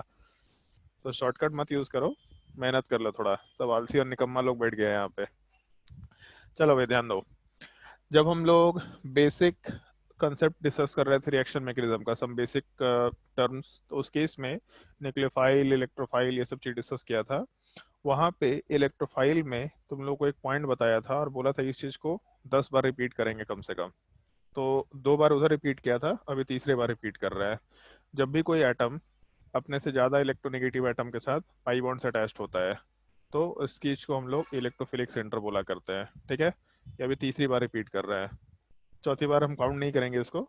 जब भी कोई एटम, कार्बन वाला पार्ट, अपने से ज्यादा इलेक्ट्रोनेगेटिव एटम के साथ अगर पाई बॉन्ड से अटैच्ड है तो इसको इलेक्ट्रोफिलिक सेंटर बोला करते हैं। तो एक चीज देखो यहाँ पे, कि हम लोग इस रिएक्शन वाले पार्ट में अगर मान लो, अच्छा इसको मिटाए क्यों ही हम, चलो मान लो हम लोग रिएक्शन वाले पार्ट में अल्कोहल दे रखा, ROH वाला पार्ट, और इसके साथ हम लोग जो रिएक्शन कैरी आउट कराना चाह रहे हैं वो किसी असाइल हैलाइड के साथ कराना चाह रहे हैं। अब यहाँ क्लोरीन हो, ब्रोमीन हो, कोई भी हेलोजन, उससे कोई दिक्कत नहीं, अपने मन के ऊपर है। मान लो यहाँ हेलोजन दे रखा, तो ये एटम ऑक्सीजन के साथ पाई बॉन्ड से अटैच्ड है, मतलब इलेक्ट्रोफिलिक सेंटर होगा। अगर इलेक्ट्रोफिलिक सेंटर हुआ तो इस केस में ऑक्सीजन के ऊपर लोन पेयर है, मतलब न्यूक्लियोफाइल। ये लोन पेयर वाला पार्ट एज अ न्यूक्लियोफाइल आराम से इलेक्ट्रॉन कोऑर्डिनेट करना चाहेगा। और ये स्टेप ढंग से समझना, क्योंकि अभी जस्ट नए टाइप के मैकेनिज्म का इनिशिएशन है, इसलिए आराम से इस चीज को बता रहे हैं। ऑक्सीजन के ऊपर लोन पेयर है, इसका मतलब ये पार्ट न्यूक्लियोफाइल होगा और कार्बन वाला पार्ट इलेक्ट्रोफाइल है। तो न्यूक्लियोफाइल वाला पार्ट इस कार्बन के ऊपर इलेक्ट्रॉन कोऑर्डिनेट करके या लोन पेयर कोऑर्डिनेट करके आराम से बॉन्ड बना सकता है। अब एक चीज सोचो, जब अपना न्यूक्लियोफाइल था और RX के साथ इलेक्ट्रॉन कोऑर्डिनेट करके बॉन्ड बनाता था तो हम लोग हेलोजन को हटाया करते थे। तो जब यहाँ सिंगल बॉन्ड था तो उसको पूरे को हटाया था। अगर मान लो यहाँ पे डबल बॉन्ड है तो जब ये इलेक्ट्रॉन कोऑर्डिनेट करेगा तो पाई बॉन्ड ब्रेक करके जब इसको हटाएंगे तो भी एक बॉन्ड तो बचा रहेगा। मतलब R वाले पार्ट के साथ, साकेत अपना वीडियो ऑफ कर लो, हम लोग का जो R वाला पार्ट है उस R वाले पार्ट के साथ हम लोगों का न्यूक्लियोफाइल वाला पार्ट अटैच होगा। वैसे R तो नहीं होगा, यहाँ कार्बन लिख देते हैं। इस कार्बन वाले पार्ट के साथ हम लोग का न्यूक्लियोफाइल वाला पार्ट अटैच होगा और ये नेगेटिव चार्ज अपना कोऑर्डिनेट कर दिया तो इसका नेगेटिव चार्ज खत्म हो जाना है। ये हम लोग बहुत देर से देखते चले आ रहे हैं कि न्यूक्लियोफाइल वाला पार्ट अगर अल्काइल हैलाइड के साथ रिएक्शन किया, इलेक्ट्रॉन कोऑर्डिनेट करके इसको अगर हटाया तो R के साथ न्यूक्लियोफाइल जब बॉन्ड बनाता है तो न्यूट्रल हो जाता है और हेलोजन वाला पार्ट अपना नेगेटिव चार्ज लेके बाहर हट जाता है। तो जब न्यूक्लियोफाइल इस कार्बन पे इलेक्ट्रॉन कोऑर्डिनेट करेगा तो इस केस में इस कार्बन वाले पार्ट के ऊपर हम लोग का जो डबल बॉन्ड था उसमें से एक सिंगल बॉन्ड बचा रहेगा। बॉन्ड ब्रेक होकर के ऑक्सीजन के ऊपर गया तो यहाँ माइनस चार्ज आएगा और इसके साथ साथ न्यूक्लियोफाइल इस कार्बन के साथ बॉन्ड बनाया तो उधर भी सिंगल बॉन्ड आएगा। ऐसा मेंशन कर सकते हैं। ये अपना स्ट्रक्चर आराम से मेंशन करते हुए काम कर सकते हैं हम लोग। तो ये स्ट्रक्चर का फॉर्मेशन अपना होना है।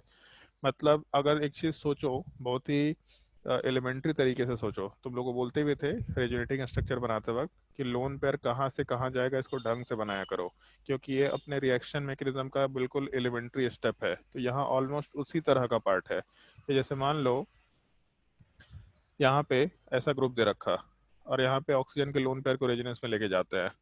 तो जब लोन पेयर को रेजोनेंस में लेके जाएंगे तो यहाँ के बॉन्ड को ब्रेक करके आगे शिफ्ट करते थे, जिसकी वजह से ऑक्सीजन के साथ कार्बन का डबल बॉन्ड और यहाँ O माइनस बनता था।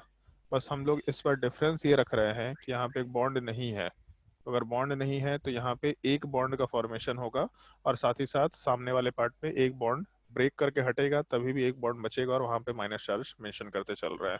और एक और चीज, अगर हम लोगों का इस स्ट्रक्चर में ऑक्सीजन न्यूट्रल था तो जो नीचे स्ट्रक्चर बनेगा यहाँ पे पॉजिटिवली चार्ज स्ट्रक्चर बनता है। तो अगर हम लोगों का ये अल्कोहल न्यूट्रल है और ये लोन पेयर कोऑर्डिनेट करेगा तो नेगेटिव चार्ज वाला न्यूक्लियोफाइल न्यूट्रल हो जाता था, बट न्यूट्रल न्यूक्लियोफाइल के ऊपर एक चार्ज डेवलप होगा, मतलब वो पॉजिटिवली चार्ज हो जाएगा, ऐसा हम लोग आराम से बोल सकते हैं। तो एक काम करते हैं, इस चीज को हम फिर से नीचे लिख देते हैं, एक मिनट। रिएक्शन वाले पार्ट में हम लोग का जो अल्कोहल वाला पार्ट है इसमें ऑक्सीजन के ऊपर लोन पेयर है, मतलब ये पार्ट न्यूक्लियोफाइल होगा। और जब भी कोई एटम अपने से ज्यादा इलेक्ट्रोनेगेटिव एटम के साथ पाई बॉन्ड से अटैच्ड है तो कार्बन अपने से ज्यादा इलेक्ट्रोनेगेटिव एटम के साथ पाई बॉन्ड से अटैच्ड है, मतलब ये पार्ट इलेक्ट्रोफिलिक सेंटर कहलाएगा। तो इस केस में लोन पेयर आराम से इस इलेक्ट्रोफिलिक कार्बन पे कोऑर्डिनेट कर सकते हैं, जिसकी वजह से यहाँ के बॉन्ड को ब्रेक करके हटा सकते हैं हम लोग। अगर इस बॉन्ड को यहाँ से ब्रेक करके हटाए तो अगर ढंग से स्ट्रक्चर सोचो तो ऐसा कुछ स्ट्रक्चर आएगा।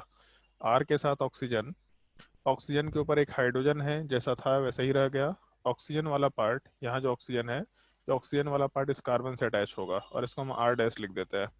ऑक्सीजन वाला पार्ट इस कार्बन से अटैच होगा, इसका मतलब यहाँ के ऊपर एक कार्बन है, कार्बन के ऊपर एक Cl वाला ग्रुप है तो यहाँ एक क्लोरीन ग्रुप बना दिया, इस कार्बन के ऊपर एक R डैश ग्रुप है तो यहाँ पे एक R डैश ग्रुप बना दिया, और उसके अलावा जो डबल बॉन्ड ऑक्सीजन है ये ब्रेक होकर के O माइनस में कन्वर्ट होगा, तो यहाँ पे O माइनस का फॉर्मेशन भी आराम से मेंशन कर सकते हैं हम लोग।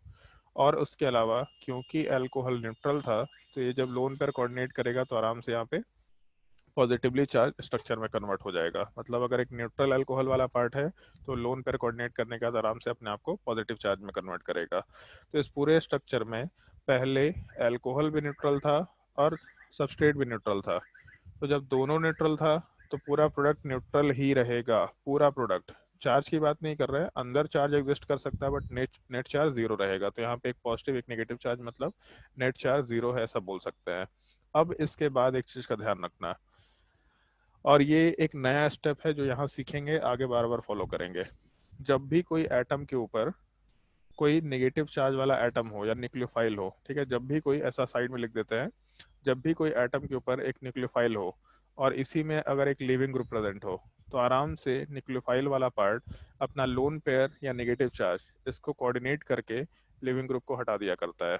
हमेशा ये चीज होगा, हमेशा जब भी कोई कार्बन के ऊपर एक न्यूक्लियोफाइल प्रेजेंट है और उसी कार्बन के ऊपर एक लिविंग ग्रुप प्रेजेंट है, तो इस केस में हमेशा वो न्यूक्लियोफाइल अपना लोन पेयर या नेगेटिव चार्ज कोऑर्डिनेट करके उस कार्बन पे उस लिविंग ग्रुप को हटाएगा। तो यहाँ नेगेटिव चार्ज प्रेजेंट है, जिस पे लिविंग ग्रुप प्रेजेंट है, नेगेटिव चार्ज इलेक्ट्रॉन कोऑर्डिनेट करके आराम से यहाँ से क्लोरीन वाले पार्ट को हटाएगा।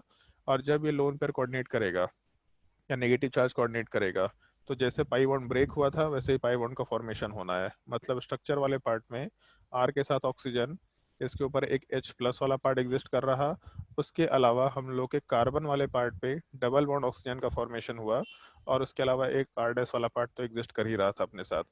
और इसके साथ साथ हम लोग का जो Cl माइनस वाला पार्ट था ये बाहर निकल के चला गया, ऐसा हम लोग मेंशन करते हुए काम कर रहा है।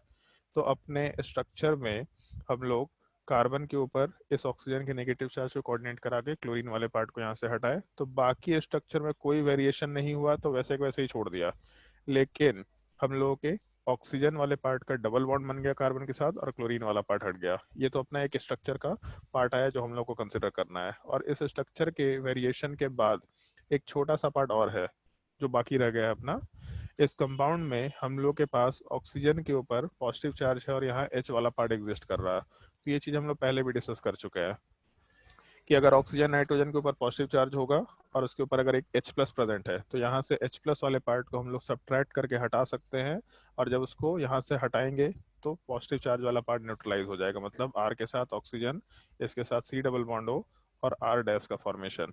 तो अपना जो स्टार्टिंग मटेरियल है अल्कोहल, उस अल्कोहल में ऑक्सीजन वाले पार्ट से जो H ग्रुप अटैच था वो H ग्रुप हट गया, और उस H वाले पार्ट के जगह पे हम लोग को ये पूरा ग्रुप मिल जा रहा है। इस पूरे प्रोसेस को हम लोग असाइलेशन बोल सकते हैं, क्योंकि एक कार्बोनिल कंपाउंड या कार्बोनिल कार्बन वाले पार्ट का एडिशन हो रहा है ऑक्सीजन के ऊपर, तो इसीलिए हम लोग असाइलेशन प्रोसेस आराम से बोल सकते हैं। इन सब स्टेप्स में अगर किसी को कोई दिक्कत है तो आराम से पूछ सकता है किसी भी पार्टिकुलर स्टेप में कि सर इस स्टेप में ऐसा क्यों हुआ, इस स्टेप में ऐसा क्यों हुआ। क्योंकि इस पार्टिकुलर रिएक्शन मैकेनिज्म में एक पार्ट है जो बहुत यूनिक पार्ट है, बहुत यूनिक पार्ट है, जो हम लोग चाहे तो आराम से डिस्कस कर सकते हैं, बट हम अभी तुम्हारे साथ डिस्कस नहीं करेंगे। हम नॉर्मली ये चीज कुछ कुछ जगह ही थियोरेटिकल पॉइंट में देखे हैं केवल, बट आज तक इस चीज पे कभी सवाल नहीं पूछा है। तो अगर किसी को दिमाग में ऐसा सवाल आता है तो पूछ सकता है, आगे जाने के बाद डिस्कशन हम लोग करेंगे इस तरह के सवाल का। हम बता नहीं रहे कि क्या सवाल हम बोलना चाह रहे हैं। अगर किसी को किसी भी स्टेप में कुछ पूछना है तो आराम से पूछ सकते हैं। और क्योंकि हम लोग रिएक्शन मैकेनिज्म डिस्कस नहीं कर रहे हैं, तो इसलिए हम लोग आरडीएस का यहाँ डिस्कशन नहीं कर रहे कि ये पार्ट अपना आरडीएस है। हम लोग को बस ये स्टेप सीखना है कि हम लोग का अल्कोहल में असाइलेशन हुआ कैसे। बाकी रिएक्शन मैकेनिज्म जब न्यूक्लियोफिलिक SNTH या SNE को हम लोग nucleophilic substitution addition followed by elimination बोलते हैं, वहां पे डिस्कस करेंगे तो आरडीएस वाला पार्ट मेंशन करेंगे। इस स्टेप में अगर किसी को कोई डाउट है तो पूछ लो, कहीं भी कोई डाउट है तो पूछ लो, नहीं तो नोट डाउन कर लो।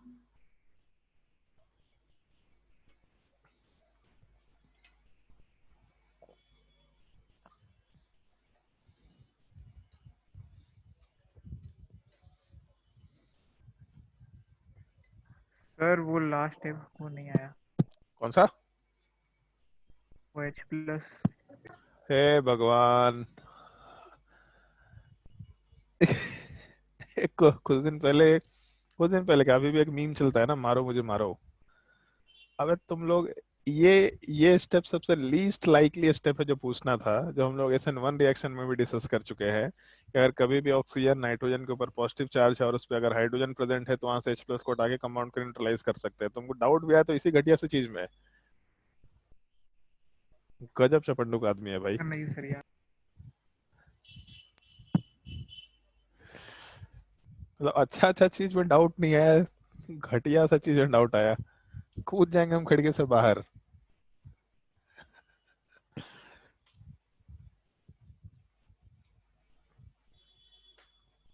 आज हमको पता चला कि GGPS चास में स्पोर्ट्स डे भी ऑनलाइन होने वाला है।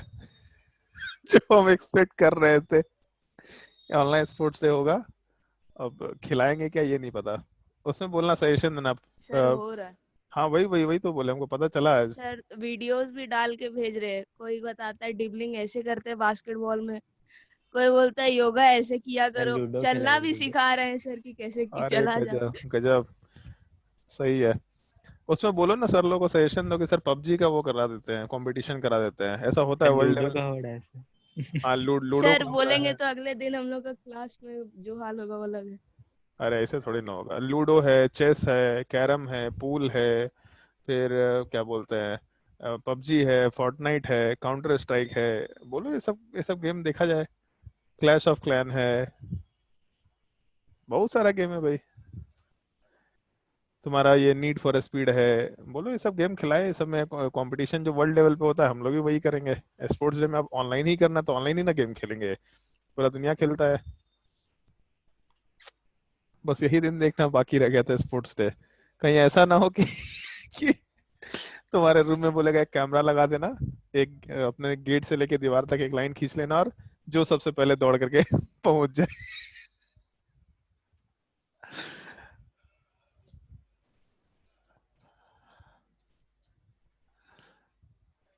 चलो नोट करो। किसी के दिमाग में कोई सवाल नहीं आया इस मैकेनिज्म पे, मतलब इन स्टेप्स पे?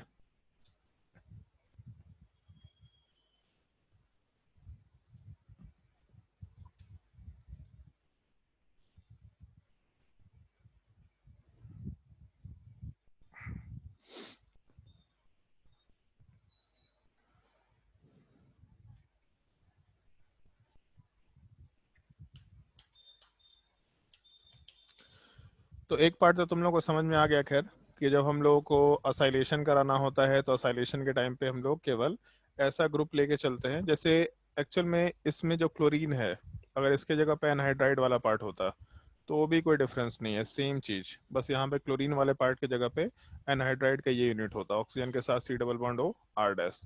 तो इस केस में कोई फर्क नहीं पड़ रहा, एग्जैक्टली सेम टाइप का कंसिडरेशन चलेगा, सब कुछ सेम टाइप का रहेगा। बस हम लोग के क्लोरीन के जगह पे R C++O O- वाला पार्ट रिमूव होने वाला है, तो इसलिए हम उस चीज़ को मेंशन नहीं कर रहे हैं। उस चीज़ को बाय डिफॉल्ट यहाँ पे समझ के चलना, ऐसा ही होता है। बाकी टाइम आने पे उस चीज़ को भी सीख लेंगे, जब टाइम आएगा ग्रिग्नार्ड एजेंट में तो उस चीज़ को सीखेंगे हम लोग।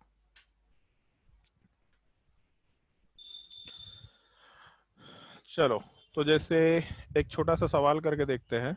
मान लो कि अगर हम लोग का अल्कोहल दे रखा CH3OH और इसका रिएक्शन हम लोग करा रहे हैं CH3C++O Cl के साथ, तो क्या प्रोडक्ट बनेगा?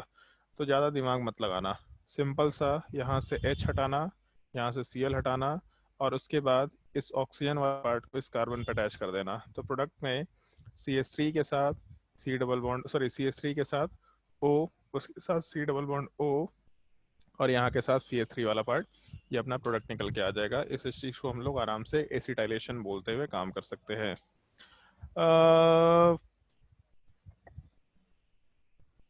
अंकित, write the IUPAC nomenclature of the following compound। कोई रिप्लाई नहीं करेगा, ऐसे ऐसे बिहेव करेगा जैसे नेट नेट गायब हो गया। आर्यन, प्रोडक्ट का नोमेनक्लेचर क्या होगा?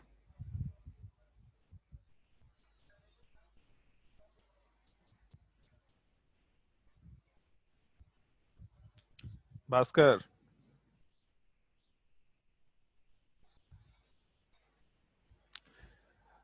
एक ऐसा टाइम आता है ना 12th क्लास में जब लोगों का रिएक्शन मैकेनिज्म बहुत अच्छा हो जाता है। ऑर्गेनिक केमिस्ट्री में बोलते हैं रिएक्शन मैकेनिज्म बहुत अच्छा है, जीओसी बहुत अच्छा है, बट उनको नाम ही लिखना नहीं आता है। वो सबसे बड़ा हेडेक होता है लोगों के साथ। तो सब कुछ कर लेते हैं लेकिन बोलते हैं सर इसका आंसर में नोमेनक्लेचर क्या करते हैं यही नहीं पता चलता है। सौम्या,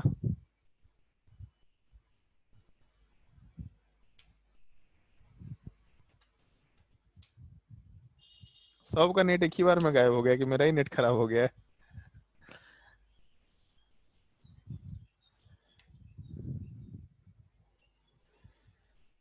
हाँ भाई, जब तक सूरज चांद रहेगा बताओ।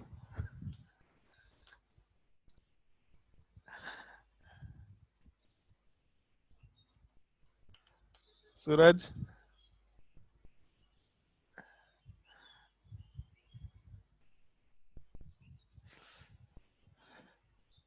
तो वो लोग आपस में इंटरनली मैसेज कर लिया है कि कोई रिप्लाई नहीं करेगा।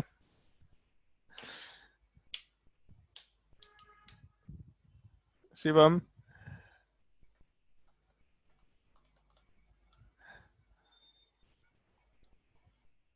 तुम लोग का क्लास हम कैंसिल कर देंगे तुम लोगों नोमेनक्लेचर का जवाब अगर नहीं देगा तो।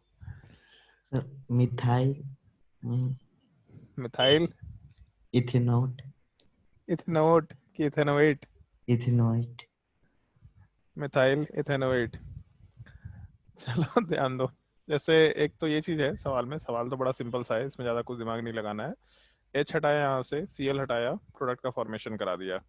लेकिन इस पे एक अच्छा सा सवाल फ्रेम किया जा सकता है। जैसे हमको एक सवाल का जवाब देना, इस कंपाउंड का केवल इतने पार्ट का इसका मोलर मास कितना होगा? कैलकुलेट करो इसका मॉलिक्यूलर मास केवल इतने यूनिट का।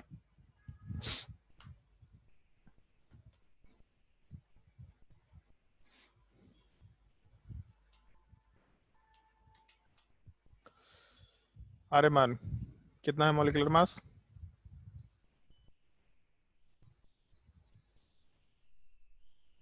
सर 31 कितना नहीं सर एक्सक्यूज कितना?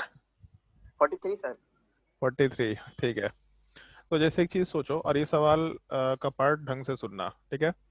एक चीज सोचो, जैसे हम लोग का कोई अल्कोहल है, इस अल्कोहल वाले पार्ट का रिएक्शन जब हम लोग असाइल हैलाइड के साथ कराए, तो अपने रिएक्शन वाले पार्ट में एक तो ये चीज, जब हम लोग असाइलेशन के टाइम पे CH3 C double bond O इस चीज का एडिशन कराते हैं, तो इस पूरे के पूरे प्रोसेस को हम लोग असाइलेशन तो बोल सकते हैं, लेकिन ज्यादा प्रिसाइजली इसको हम लोग एसिटाइलेशन बोल सकते हैं। ये जो ग्रुप होता है इस चीज को एसिटाइल ग्रुप बोला जाता है। एक चीज ध्यान देखना, जैसे CH3 के साथ C डबल बॉन्ड OH, इसको एसिटिक एसिड बोलते थे हम लोग। फिर उसके अलावा अगर मान लो CH3 के साथ C double bond O CH3 है, तो यहाँ पे नोमेनक्लेचर में हम लोग एसीटोन वर्ड यूज किया करते थे। अगर यहाँ पे एक H ग्रुप होता तो यहाँ पे एसिटल्डिहाइड वर्ड यूज किया करते हैं, एसिटामाइड वर्ड यूज किया करते हैं। मतलब ये जो यूनिट है CH3 C double bond O, ये पार्ट को हम लोग एसिटा वर्ड से रिलेट कर सकते हैं आराम से। तो अगर हम लोग असाइलेशन कराते वक्त इस यूनिट का एडिशन करा रहे हैं CH3 C double bond O, तो असाइलेशन तो बोल ही सकते थे, उससे ज्यादा बेटर नाम हम लोग एसिटाइलेशन बोल सकते थे। इस एक चीज का थोड़ा ध्यान रखना। तो जो हम सवाल फ्रेम करने वाले हैं वो एग्जैक्टली एसिटाइलेशन से ही एसोसिएटेड है, कि ये जो एसिटाइल ग्रुप है, इस एसिटाइल ग्रुप वाले पार्ट का मोलर मास हम लोग को 43 दिख रहा है। अब एक चीज सोचो, जब हम लोग इन दोनों कंपाउंड का रिएक्शन कराए, तो यहाँ से H हटा, यहाँ से Cl हटा, और प्रोडक्ट वाले पार्ट में R के साथ ऑक्सीजन, ऑक्सीजन वाले पार्ट के ऊपर एसिटाइल ग्रुप का एडिशन हुआ। तो अगर हम लोग ये रिएक्शन कैरी आउट कर रहे हैं, तो इस रिएक्शन वाले पार्ट में हम लोगों का एसिटाइल ग्रुप इस पूरे कंपाउंड पे ऐड हो रहा है। इसका मतलब जो भी इसका मोलर मास रहेगा, उस मोलर मास वाले पार्ट के रिस्पेक्ट में हम लोग के नीचे वाले कंपाउंड का मोलर मास 43 से बढ़ना चाहिए था। लेकिन क्योंकि हम लोग इस कंपाउंड से एक हाइड्रोजन को भी रिमूव कर रहे हैं, तो अगर एक हाइड्रोजन को रिमूव कर रहे हैं तो 43 यूनिट का एडिशन हो रहा था और एक हाइड्रोजन का रिमूवल हो रहा था। इसका मतलब ओवरऑल हम लोग का एक एसिटाइलेशन के वजह से जो इफेक्टिवली मोलर मास वाला पार्ट इंक्रीज करेगा, ये 42 के बराबर इंक्रीज करेगा। तो जैसे सवाल कुछ इस तरीके का रहता है। मान लो एक क्वेश्चन हम देते हैं, क्वेश्चन सोच करके देखना, क्वेश्चन नोट डाउन करो। An unknown alcohol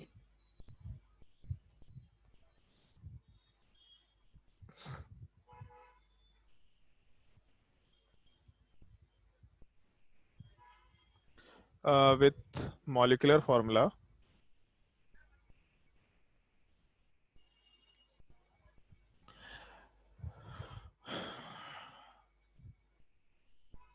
C3H8O3।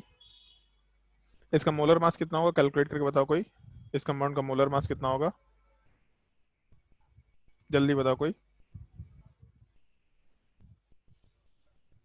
तुम ही लोग को बताना, हम दिमाग नहीं लगा रहे।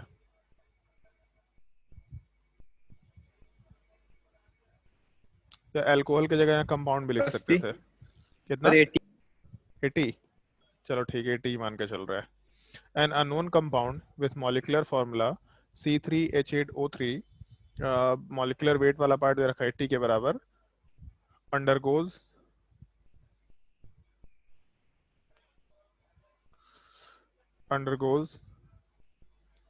एसिटाइलेशन। सर 92 होगा। 92 होगा। उठा के फेंक देंगे बाहर हम दोनों को नहीं, एक ही को। इतना घटिया मैथ्स है सबका। हाँ, an unknown compound with molecular formula C3H8O3, molecular weight 92 के बराबर, undergoes acetylation and the molar weight या the molecular weight of the product obtained is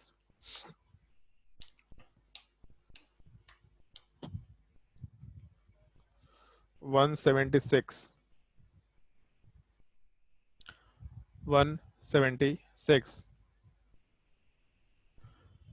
Find the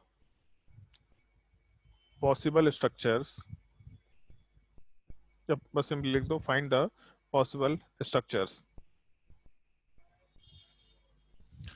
कोई एक अननोन कंपाउंड है और अननोन कंपाउंड के स्ट्रक्चर्स बहुत सारे हो सकते हैं। तुम लोग को बोला भी था इस तरह का सवाल आगे हम लोग को करेंगे, मतलब जैसे जैसे आगे टॉपिक्स बढ़ेगा इस तरह का अननोन कंपाउंड वाला पार्ट एडिशन में आता जाएगा और बहुत बड़े बड़े सवाल करेंगे इस बार। मतलब तुम लोगों को, क्योंकि हम पॉला ब्रोस बुक से भी फॉलो करवा रहे हैं चीजें, तो सर काफी डिफिकल्ट क्वेश्चन करा पाएंगे जो तुम लोग को करना है। एक अननोन कंपाउंड है जिसका मॉलिक्यूलर वेट वाला पार्ट या मॉलिक्यूलर फॉर्मूला दे रखा, मॉलिक्यूलर वेट दे रखा, एसिटाइलेशन के थ्रू जाता है और जो फाइनल प्रोडक्ट निकल के आता है उसका मोलर मास वाला पार्ट 176 के बराबर है। तो इस केस में ये सोच के बताओ कि पॉसिबल स्ट्रक्चर्स क्या होंगे। दिमाग लगा के देखो। बस इंफॉर्मेशन क्या है अपने पास, ये इंफॉर्मेशन की बात करते हैं। जैसे एक इंफॉर्मेशन अभी मालूम पड़ गया था कि एक एसिटाइलेशन में मोलर मास 42 यूनिट से इंक्रीज करता है। तो अगर एक एसिटाइलेशन से मोलर मास 42 यूनिट इंक्रीज करता है तो अपना फाइनल मोलर मास 176 है और इनिशियल मोलर मास वाला पार्ट 92 के बराबर है। तो इस केस में जो टोटल डिफरेंस है वो 84 के बराबर आ रहा है। तो अगर टोटल मोलर मास का डिफरेंस 84 है तो इसके वजह से हम लोग रिलेट कर सकते हैं कि एक यूनिट में 42 का मोलर मास इंक्रीज कर रहा था। इसका मतलब हम लोग का डेफिनेटली 2 यूनिट है, तब जाके हम लोग 84 के बराबर मोलर मास में जा रहे हैं। इसका मतलब 2 एसिटाइलेशन पॉसिबल है, और अगर 2 एसिटाइलेशन पॉसिबल है तो कंपाउंड के अंदर 2 OH ग्रुप होगा, ऐसा कमेंट कर सकते हैं हम लोग। मतलब जितने एसिटाइलेशन पॉसिबल है उतने OH ग्रुप होंगे। तो पूरे कंपाउंड के स्ट्रक्चर में degree of unsaturation by default rule याद रखना ही रखना है। पहला पार्ट डिग्री ऑफ अनसैचुरेशन निकालो सबसे पहला, उसके बाद इस पूरे स्ट्रक्चर में हम लोगों को 2 OH ग्रुप बनाना है। तो ऐसा कौन सा स्ट्रक्चर बना है जिसमें 2 OH ग्रुप होगा। और एक और इन्फॉर्मेशन शायद याद होगा तुम लोग को टॉटोमेरिज्म के टाइम से, एक कार्बन के ऊपर 2 OH ग्रुप अनस्टेबल होता है। तो अगर एक कार्बन के ऊपर 2 OH ग्रुप अनस्टेबल होता है तो कभी भी इस तरह का स्ट्रक्चर भी नहीं बना सकते। तो ये पूरे क्वेश्चन में टोटल 3 पार्ट है। पहला पार्ट ये कि हम लोग का डिग्री ऑफ अनसैचुरेशन क्या होगा, तो अल्केन अल्कीन अल्काइन मालूम करना है। दूसरा, नंबर ऑफ एसिटाइल ग्रुप कितना ऐड हुआ, मतलब कितने एसिटाइलेशन हुए, मोलर मास के डिफरेंस निकाल सकते हैं, और जितने एसिटाइलेशन हुए उतने अपने OH ग्रुप होंगे ऐसा कंसिडर कर सकते हैं, और एक कार्बन के ऊपर 2 OH ग्रुप नहीं बना सकते। तो स्ट्रक्चर में बाकी पॉसिबिलिटीज क्या है ये सोचना होगा अपने को, दिमाग लगा के देखो।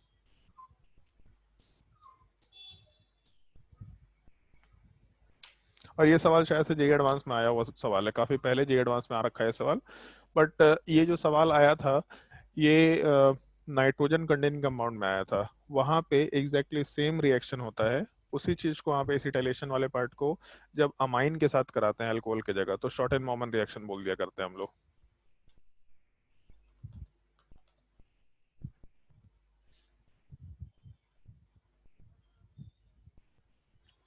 दिमाग लगा के देखो रिएक्शंस में क्या क्या प्रोडक्ट बनेंगे।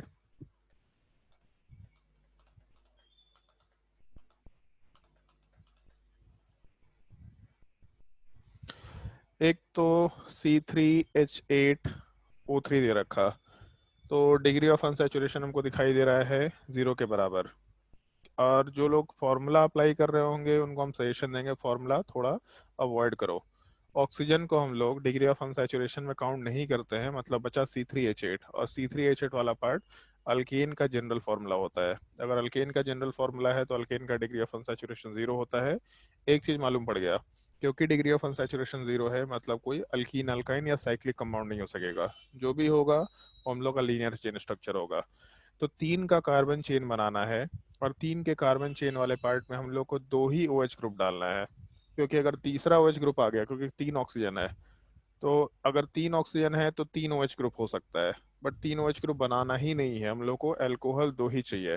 तो इसका मतलब एक OH ग्रुप को ईथर के जैसा बनाना पड़ेगा। तो अगर एक ऑक्सीजन को ईथर के जैसा बनाते हैं तो पहले ईथर वाले पार्ट को प्लेस कर देते हैं। अब इसके बाद अपने पास एक कार्बन बच गया, क्योंकि 2 कार्बन तो यूटिलाइज हो गया, एक कार्बन बच गया, तो एक कार्बन ऐसा ले लिया। अब क्या करें, तो इस केस में अगर एक कार्बन ऐड किया तो सारे कार्बन एडजस्ट हो गए, एक ऑक्सीजन एडजस्ट हो गया। अब इसके बाद हम लोग को 2 OH ग्रुप डालना है, एक कार्बन पे 2 OH ग्रुप नहीं डाल सकते, लिमिटेशन है। तो क्या कर सकते हैं, तो इस केस में अगर एक OH ग्रुप यहाँ डाला तो दूसरा OH ग्रुप यहाँ डाल देंगे, या फिर दूसरी पॉसिबिलिटी, एक OH ग्रुप यहाँ डाला, दूसरा OH ग्रुप यहाँ डाला, तो लाइफ झिंगा लाला, टोटल 2 स्ट्रक्चर। तीसरा एक और पॉसिबिलिटी मेंशन कर सकते हैं, जो OH ग्रुप है उसको दूसरे साइड के मिथाइल ग्रुप पे ना डाल करके केवल बाकी दोनों साइड में डालेंगे। तो मेरे हिसाब से ये टोटल 3 स्ट्रक्चर्स पॉसिबल है जो इस क्वेश्चन के आंसर में पुटअप किया जा सकता है। अगर किसी के पास कोई और आंसर आता है तो वो भी पूछ सकता है कि सर ये भी तो आंसर हो सकता है, ये भी तो आंसर हो सकता है, फिर हम उसको बताएंगे कि उसका आंसर गलत कैसे है।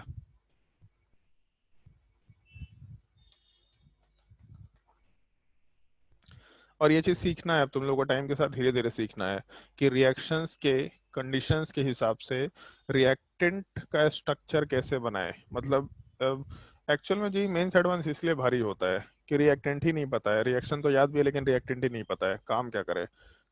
चीज निकालना होता है, क्वेश्चन का इंफॉर्मेशन प्लस ऑप्शन पूरे क्वेश्चन को कंप्लीट करता है, इस एक चीज का जरूर ध्यान रखना। तो इसीलिए क्वेश्चन में रिएक्शंस तो याद करना ही करना होता है, और रिएक्शंस को याद रखने के अलावा ये भी ध्यान में रखना होता है कि हम लोगों को अगर बैकवर्ड डायरेक्शन में काम करना पड़े तो क्या क्या चीजों क्या इन्फॉर्मेशन को हम लोग कनेक्ट करते हुए, क्या क्या इन्फॉर्मेशन का ध्यान रखते हुए आराम से रिएक्टेंट वाले पार्ट का फॉर्मेशन कर सके। तो इन्फॉर्मेशन क्या क्या कलेक्ट किया यहाँ पे, डिग्री ऑफ अनसैचुरेशन 0 मतलब कहीं डबल बॉन्ड ट्रिपल बॉन्ड नहीं बनेगा या रिंग नहीं बनेगा, पहला चीज ये।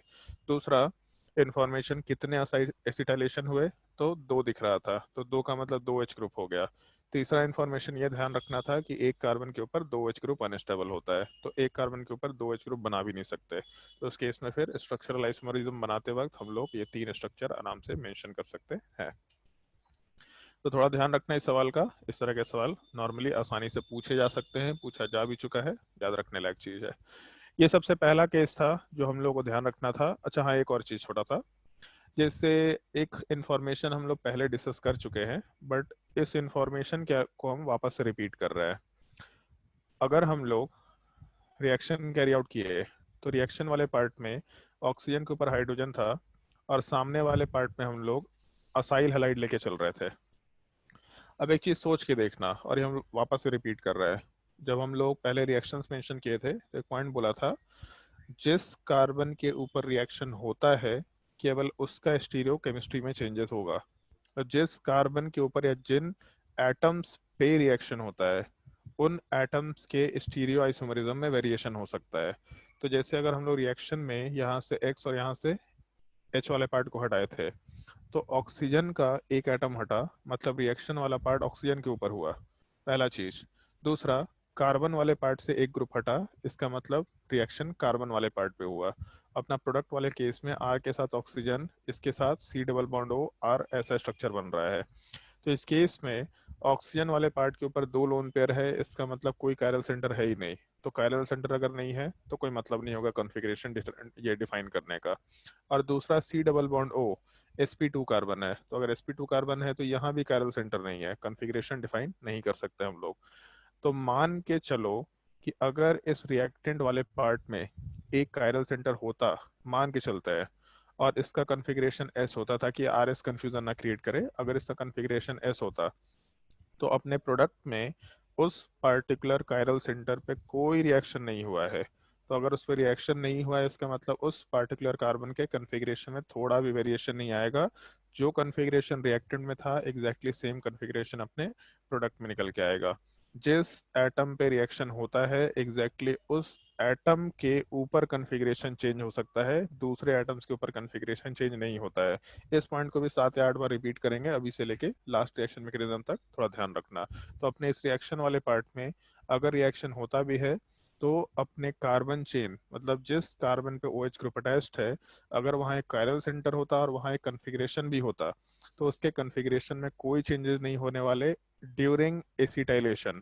एसिटाइलेशन तक कोई भी कन्फिग्रेशन में चेंजेस नहीं हो सकते हैं। बट अगर मान लो इस रिएक्शन में एक न्यूक्लियोफाइल के साथ रिएक्शन करा के हम लोग SN2 रिएक्शन कराते हैं, मान लेते हैं, तो न्यूक्लियोफाइल वाला पार्ट इलेक्ट्रॉन कोऑर्डिनेट करके यहाँ से इस एसिटाइल ग्रुप को रिमूव करेगा, और जब ये इसको रिमूव करेगा तो अपने प्रोडक्ट वाले पार्ट में जो R वाला पार्ट है उसके साथ न्यूक्लियोफाइल का एडिशन, क्योंकि SN2 रिएक्शन हुआ इसका मतलब वर्ल्डन इन्वर्जन होना है। तो अब यहाँ जो कायरल सेंटर है उस कायरल सेंटर वाले पार्ट पे कन्फिग्रेशन वाला पार्ट इन्वर्ट हो जाएगा, और इन्वर्ट होने के बाद यहाँ पे अपना कन्फिग्रेशन वाला पार्ट S के जगह पे R निकल के आ जाएगा। ऐसा हम लोग आराम से बोल सकते हैं कि अगर असाइलेशन कराए या एसिटाइलेशन कराए तब तक कार्बन चेन पे कोई रिएक्शन नहीं हुआ, लेकिन उसके बाद जब SN2 रिएक्शन कराए तब कार्बन चेन के ऊपर रिएक्शन हुआ। और अगर कार्बन चेन के ऊपर रिएक्शन हो रहा है तब अपना प्रोडक्ट वाले पार्ट का कन्फिग्रेशन बिल्कुल लास्ट स्टेप में चेंज हो जाएगा। अगर S कन्फिग्रेशन था तो R हो जाएगा, अगर R कन्फिग्रेशन होता तो उस केस में S कन्फिग्रेशन निकल के आ जाता, ऐसा बोल सकते हैं। नोट डाउन कर लो इस पूरे पार्ट को।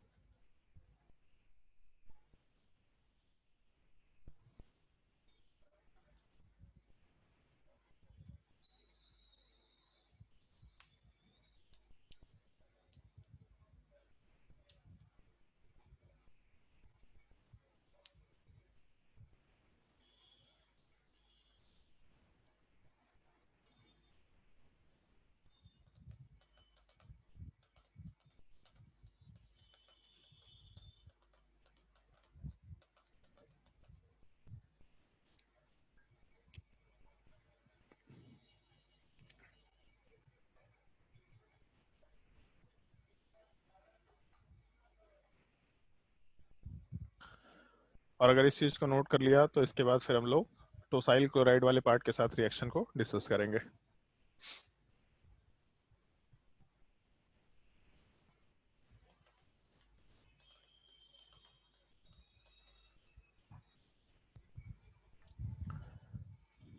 चलो ध्यान दो।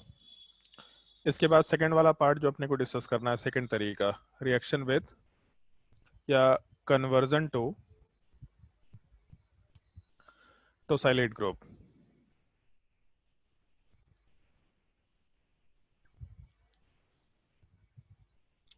Conversion to tosylate group. Reaction वाले पार्ट में हम लोग OTS का फॉर्मेशन करा रहे हैं, और इस केस में सबसे पहला पार्ट जो अपने को ध्यान रखना है वो तो रिएजेंट वाला ही पार्ट होगा। रिएजेंट वाले पार्ट को हम लोग इस तरीके से लिखते हैं, और इस चीज़ को थोड़ा ढंग से समझना। जैसे एक तो बेंजीन वाला पार्ट, इसके ऊपर एक CH3 है, इसके साथ S के ऊपर डबल बॉन्ड ऑक्सीजन और क्लोरीन अटैच्ड है। इस पूरे के पूरे कंपाउंड को हम लोग पारा टोल्यूइन, और टोल्यूइन क्यों बोल रहे हैं, क्योंकि CH3 है, तो अगर बेंजीन के ऊपर CH3 होता है तो हम लोग आराम से टोल्यूइन बोल सकते हैं, पारा टोल्यूइन। और उसके अलावा ये पूरा जो ग्रुप है, इस चीज़ को हम लोग सल्फोनाइल क्लोराइड बोला करते हैं। तो पारा टोल्यूइन सल्फोनाइल क्लोराइड, ऐसा नोमेनक्लेचर में लिख सकते हैं। और एक चीज़ सोच के देखो, जैसे पारा टोल्यूइन है या इसी की जगह पे केवल स्मॉल p दे रखा होगा तो कोई दिक्कत नहीं है, पारा टोल्यूइन या फिर p टोल्यूइन सल्फोनाइल क्लोराइड। इस पूरे स्ट्रक्चर में यहाँ से लेके जो आगे तक का पार्ट है, ये पूरा पार्ट, यहाँ तक के पार्ट को TS बोला जाता है। तो एक्चुअल में इस पूरे कंपाउंड को टोसाइल टोल्यूइन सल्फोनाइल क्लोराइड, इस पूरे के पूरे पार्ट को हम लोग इन जनरल टोसाइल क्लोराइड भी बोला करते हैं। लिखने का एक और तरीका होता है टोसाइल क्लोराइड। तो इसमें एक चीज़ सोचो, टोसाइल और क्लोराइड है इसमें, तो इस पूरे स्ट्रक्चर में क्लोरीन तो केवल यहाँ से बाद में है, मतलब ये पूरा का पूरा जो स्ट्रक्चर है, इस चीज़ को हम लोग स्ट्रक्चर वाइज आराम से टोसाइल ग्रुप बोल सकते हैं। और इसी चीज़ को हम लोग स्ट्रक्चर में TSCl से भी रिप्रेजेंट करते हैं, क्योंकि ये पीछे का पार्ट जो टोसाइल ग्रुप है, ये चीज़ अपना TS से रिप्रेजेंट किया जाएगा, और सामने वाला पार्ट Cl वाला पार्ट। तो आराम से ऐसा लिख सकते हैं अभी के लिए Cl, और इसके साथ साथ TS वाला पार्ट।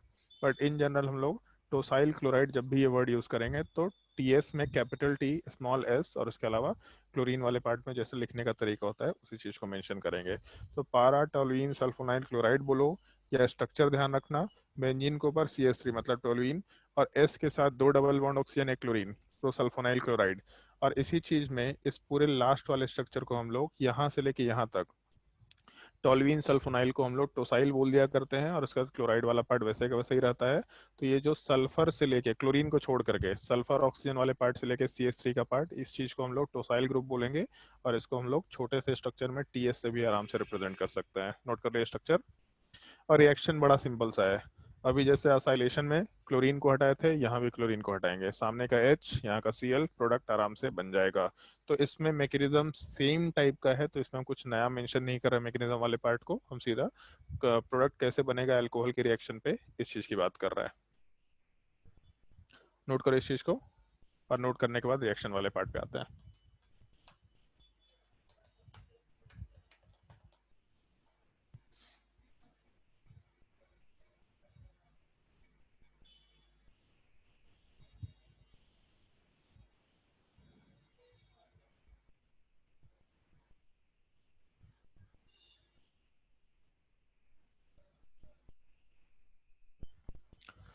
रिएक्शन वाले पार्ट में हम लोग के अल्कोहल वाले पार्ट का H हटेगा, और क्लोरीन वाले पार्ट टोसाइल क्लोराइड वाले पार्ट का Cl हटेगा। तो यहाँ से प्रोडक्ट वाले पार्ट में R के साथ ऑक्सीजन, ऑक्सीजन के साथ H डबल बॉन्ड O, उसके अलावा एक बेंजीन रिंग वाला पार्ट, और इसके साथ साथ CH3।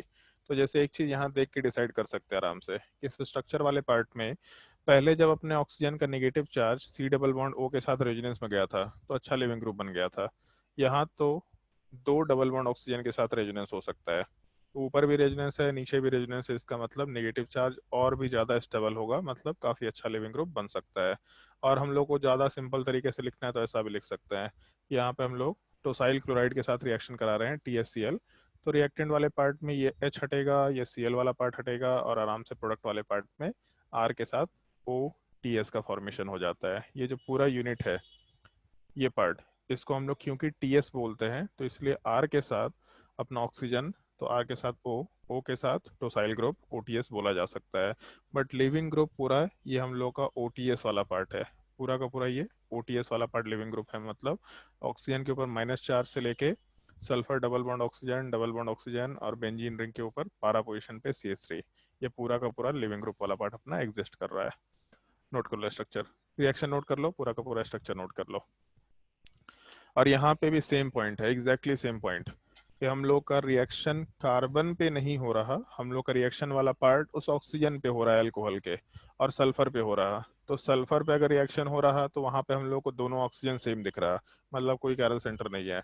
ऑक्सीजन पे 2 लोन पेयर वाला पार्ट है, मतलब वहाँ भी कैरल सेंटर नहीं है।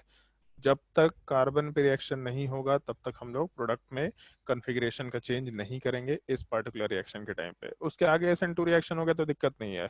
और लिविंग ग्रुप बहुत अच्छा है यहाँ पे, मतलब एक Br- भी इसको रिप्लेस कर सकता है, इतना अच्छा लिविंग ग्रुप है, क्योंकि ऑक्सीजन का नेगेटिव चार्ज बहुत ही ज्यादा स्टेबल स्ट्रक्चर में चला जा रहा है, 2 सल्फर डबल बॉन्ड ऑक्सीजन के साथ रेजोनेंस में जा सकता है।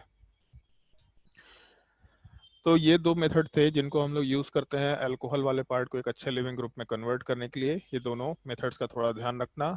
अब तुम्हारे डीपीपी में हम होमवर्क जो दिए थे, डीपीपी नंबर 28 था या 29 था, पता नहीं कौन सा था, एक बार हम देख लेते हैं। डीपीपी नंबर 29 में तो शायद ये सवाल नहीं था, नहीं,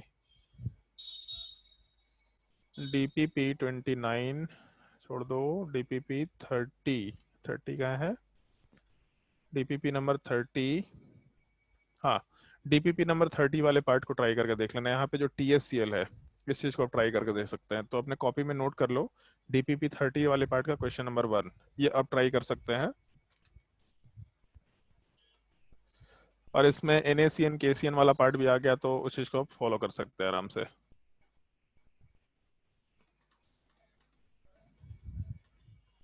तो डीपीपी 30 ट्राई कर लेना, उसमें एक क्वेश्चन दे रखा था। डीपीपी नंबर 31 में भी शायद कोई सवाल एक था, हाँ, डीपीपी 31 क्वेश्चन नंबर 2, इस चीज को ट्राई कर सकते हैं, अपने कॉपी में नोट करते जाना। डीपीपी 31 क्वेश्चन नंबर 2, टोसाइल क्लोराइड का स्ट्रक्चर दे रखा है, कॉन्फ़िगरेशन के साथ दे रखा है, तो ढंग से सोच समझ के आंसर करना। फिर उसके बाद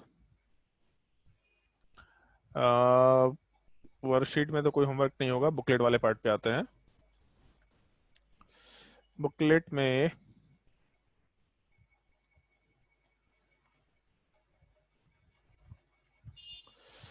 चलो ध्यान दो, बुकलेट वाले पार्ट में क्योंकि हम लोग अल्कोहल का रिएक्शन थोड़ा बहुत डिस्कस कर चुके हैं, तो NaOH DMSO अभी एक क्लास के लिए और रुकना पड़ेगा इस सवाल के लिए 25, इसके लिए एक और क्लास रुकना पड़ेगा। ओके,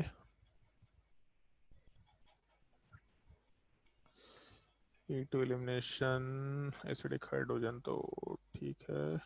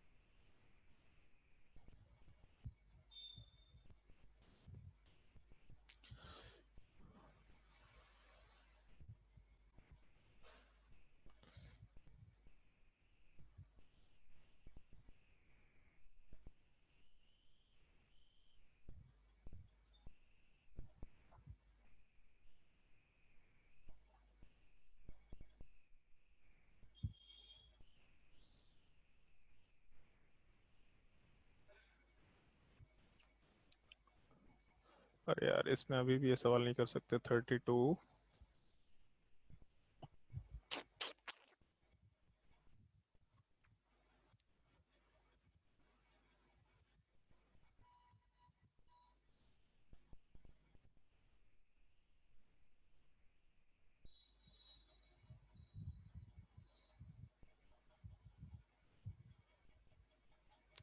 क्वेश्चन नंबर 13 बुकलेट के एक्सरसाइज 3 के पार्ट 2 का एक क्वेश्चन जो अभी कर सकते हैं, क्वेश्चन नंबर 13।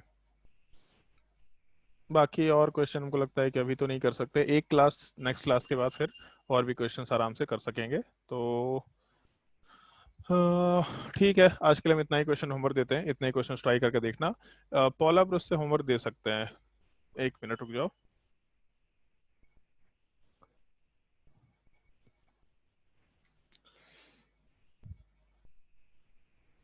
पॉला ब्रूस में एलिमिनेशन वाले पार्ट में कुछ कुछ होमवर्क दिया था तुम लोग को, जहाँ तक हमको ध्यान है, इंटरमॉलिक्यूलर वर्सेस इंट्रामॉलिक्यूलर रिएक्शन, ये हम लोग डिस्कस करने वाले हैं। फिर बचा अपना ठीक है, इसमें भी कुछ कुछ क्वेश्चन होमवर्क दिया था तुम लोगों को।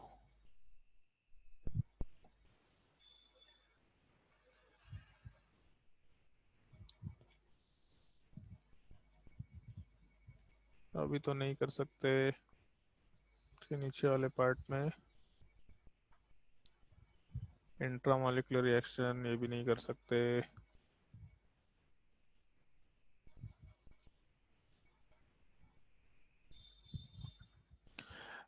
पॉला ब्रूस के चैप्टर नंबर 11 में question number 44, chapter number 11 question number 44,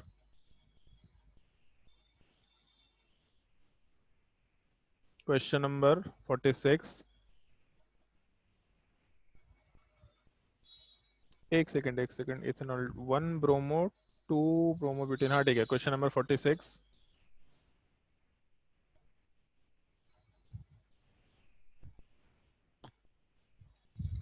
question number 49,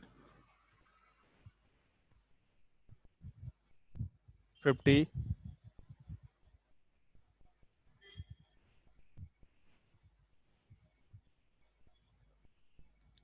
51।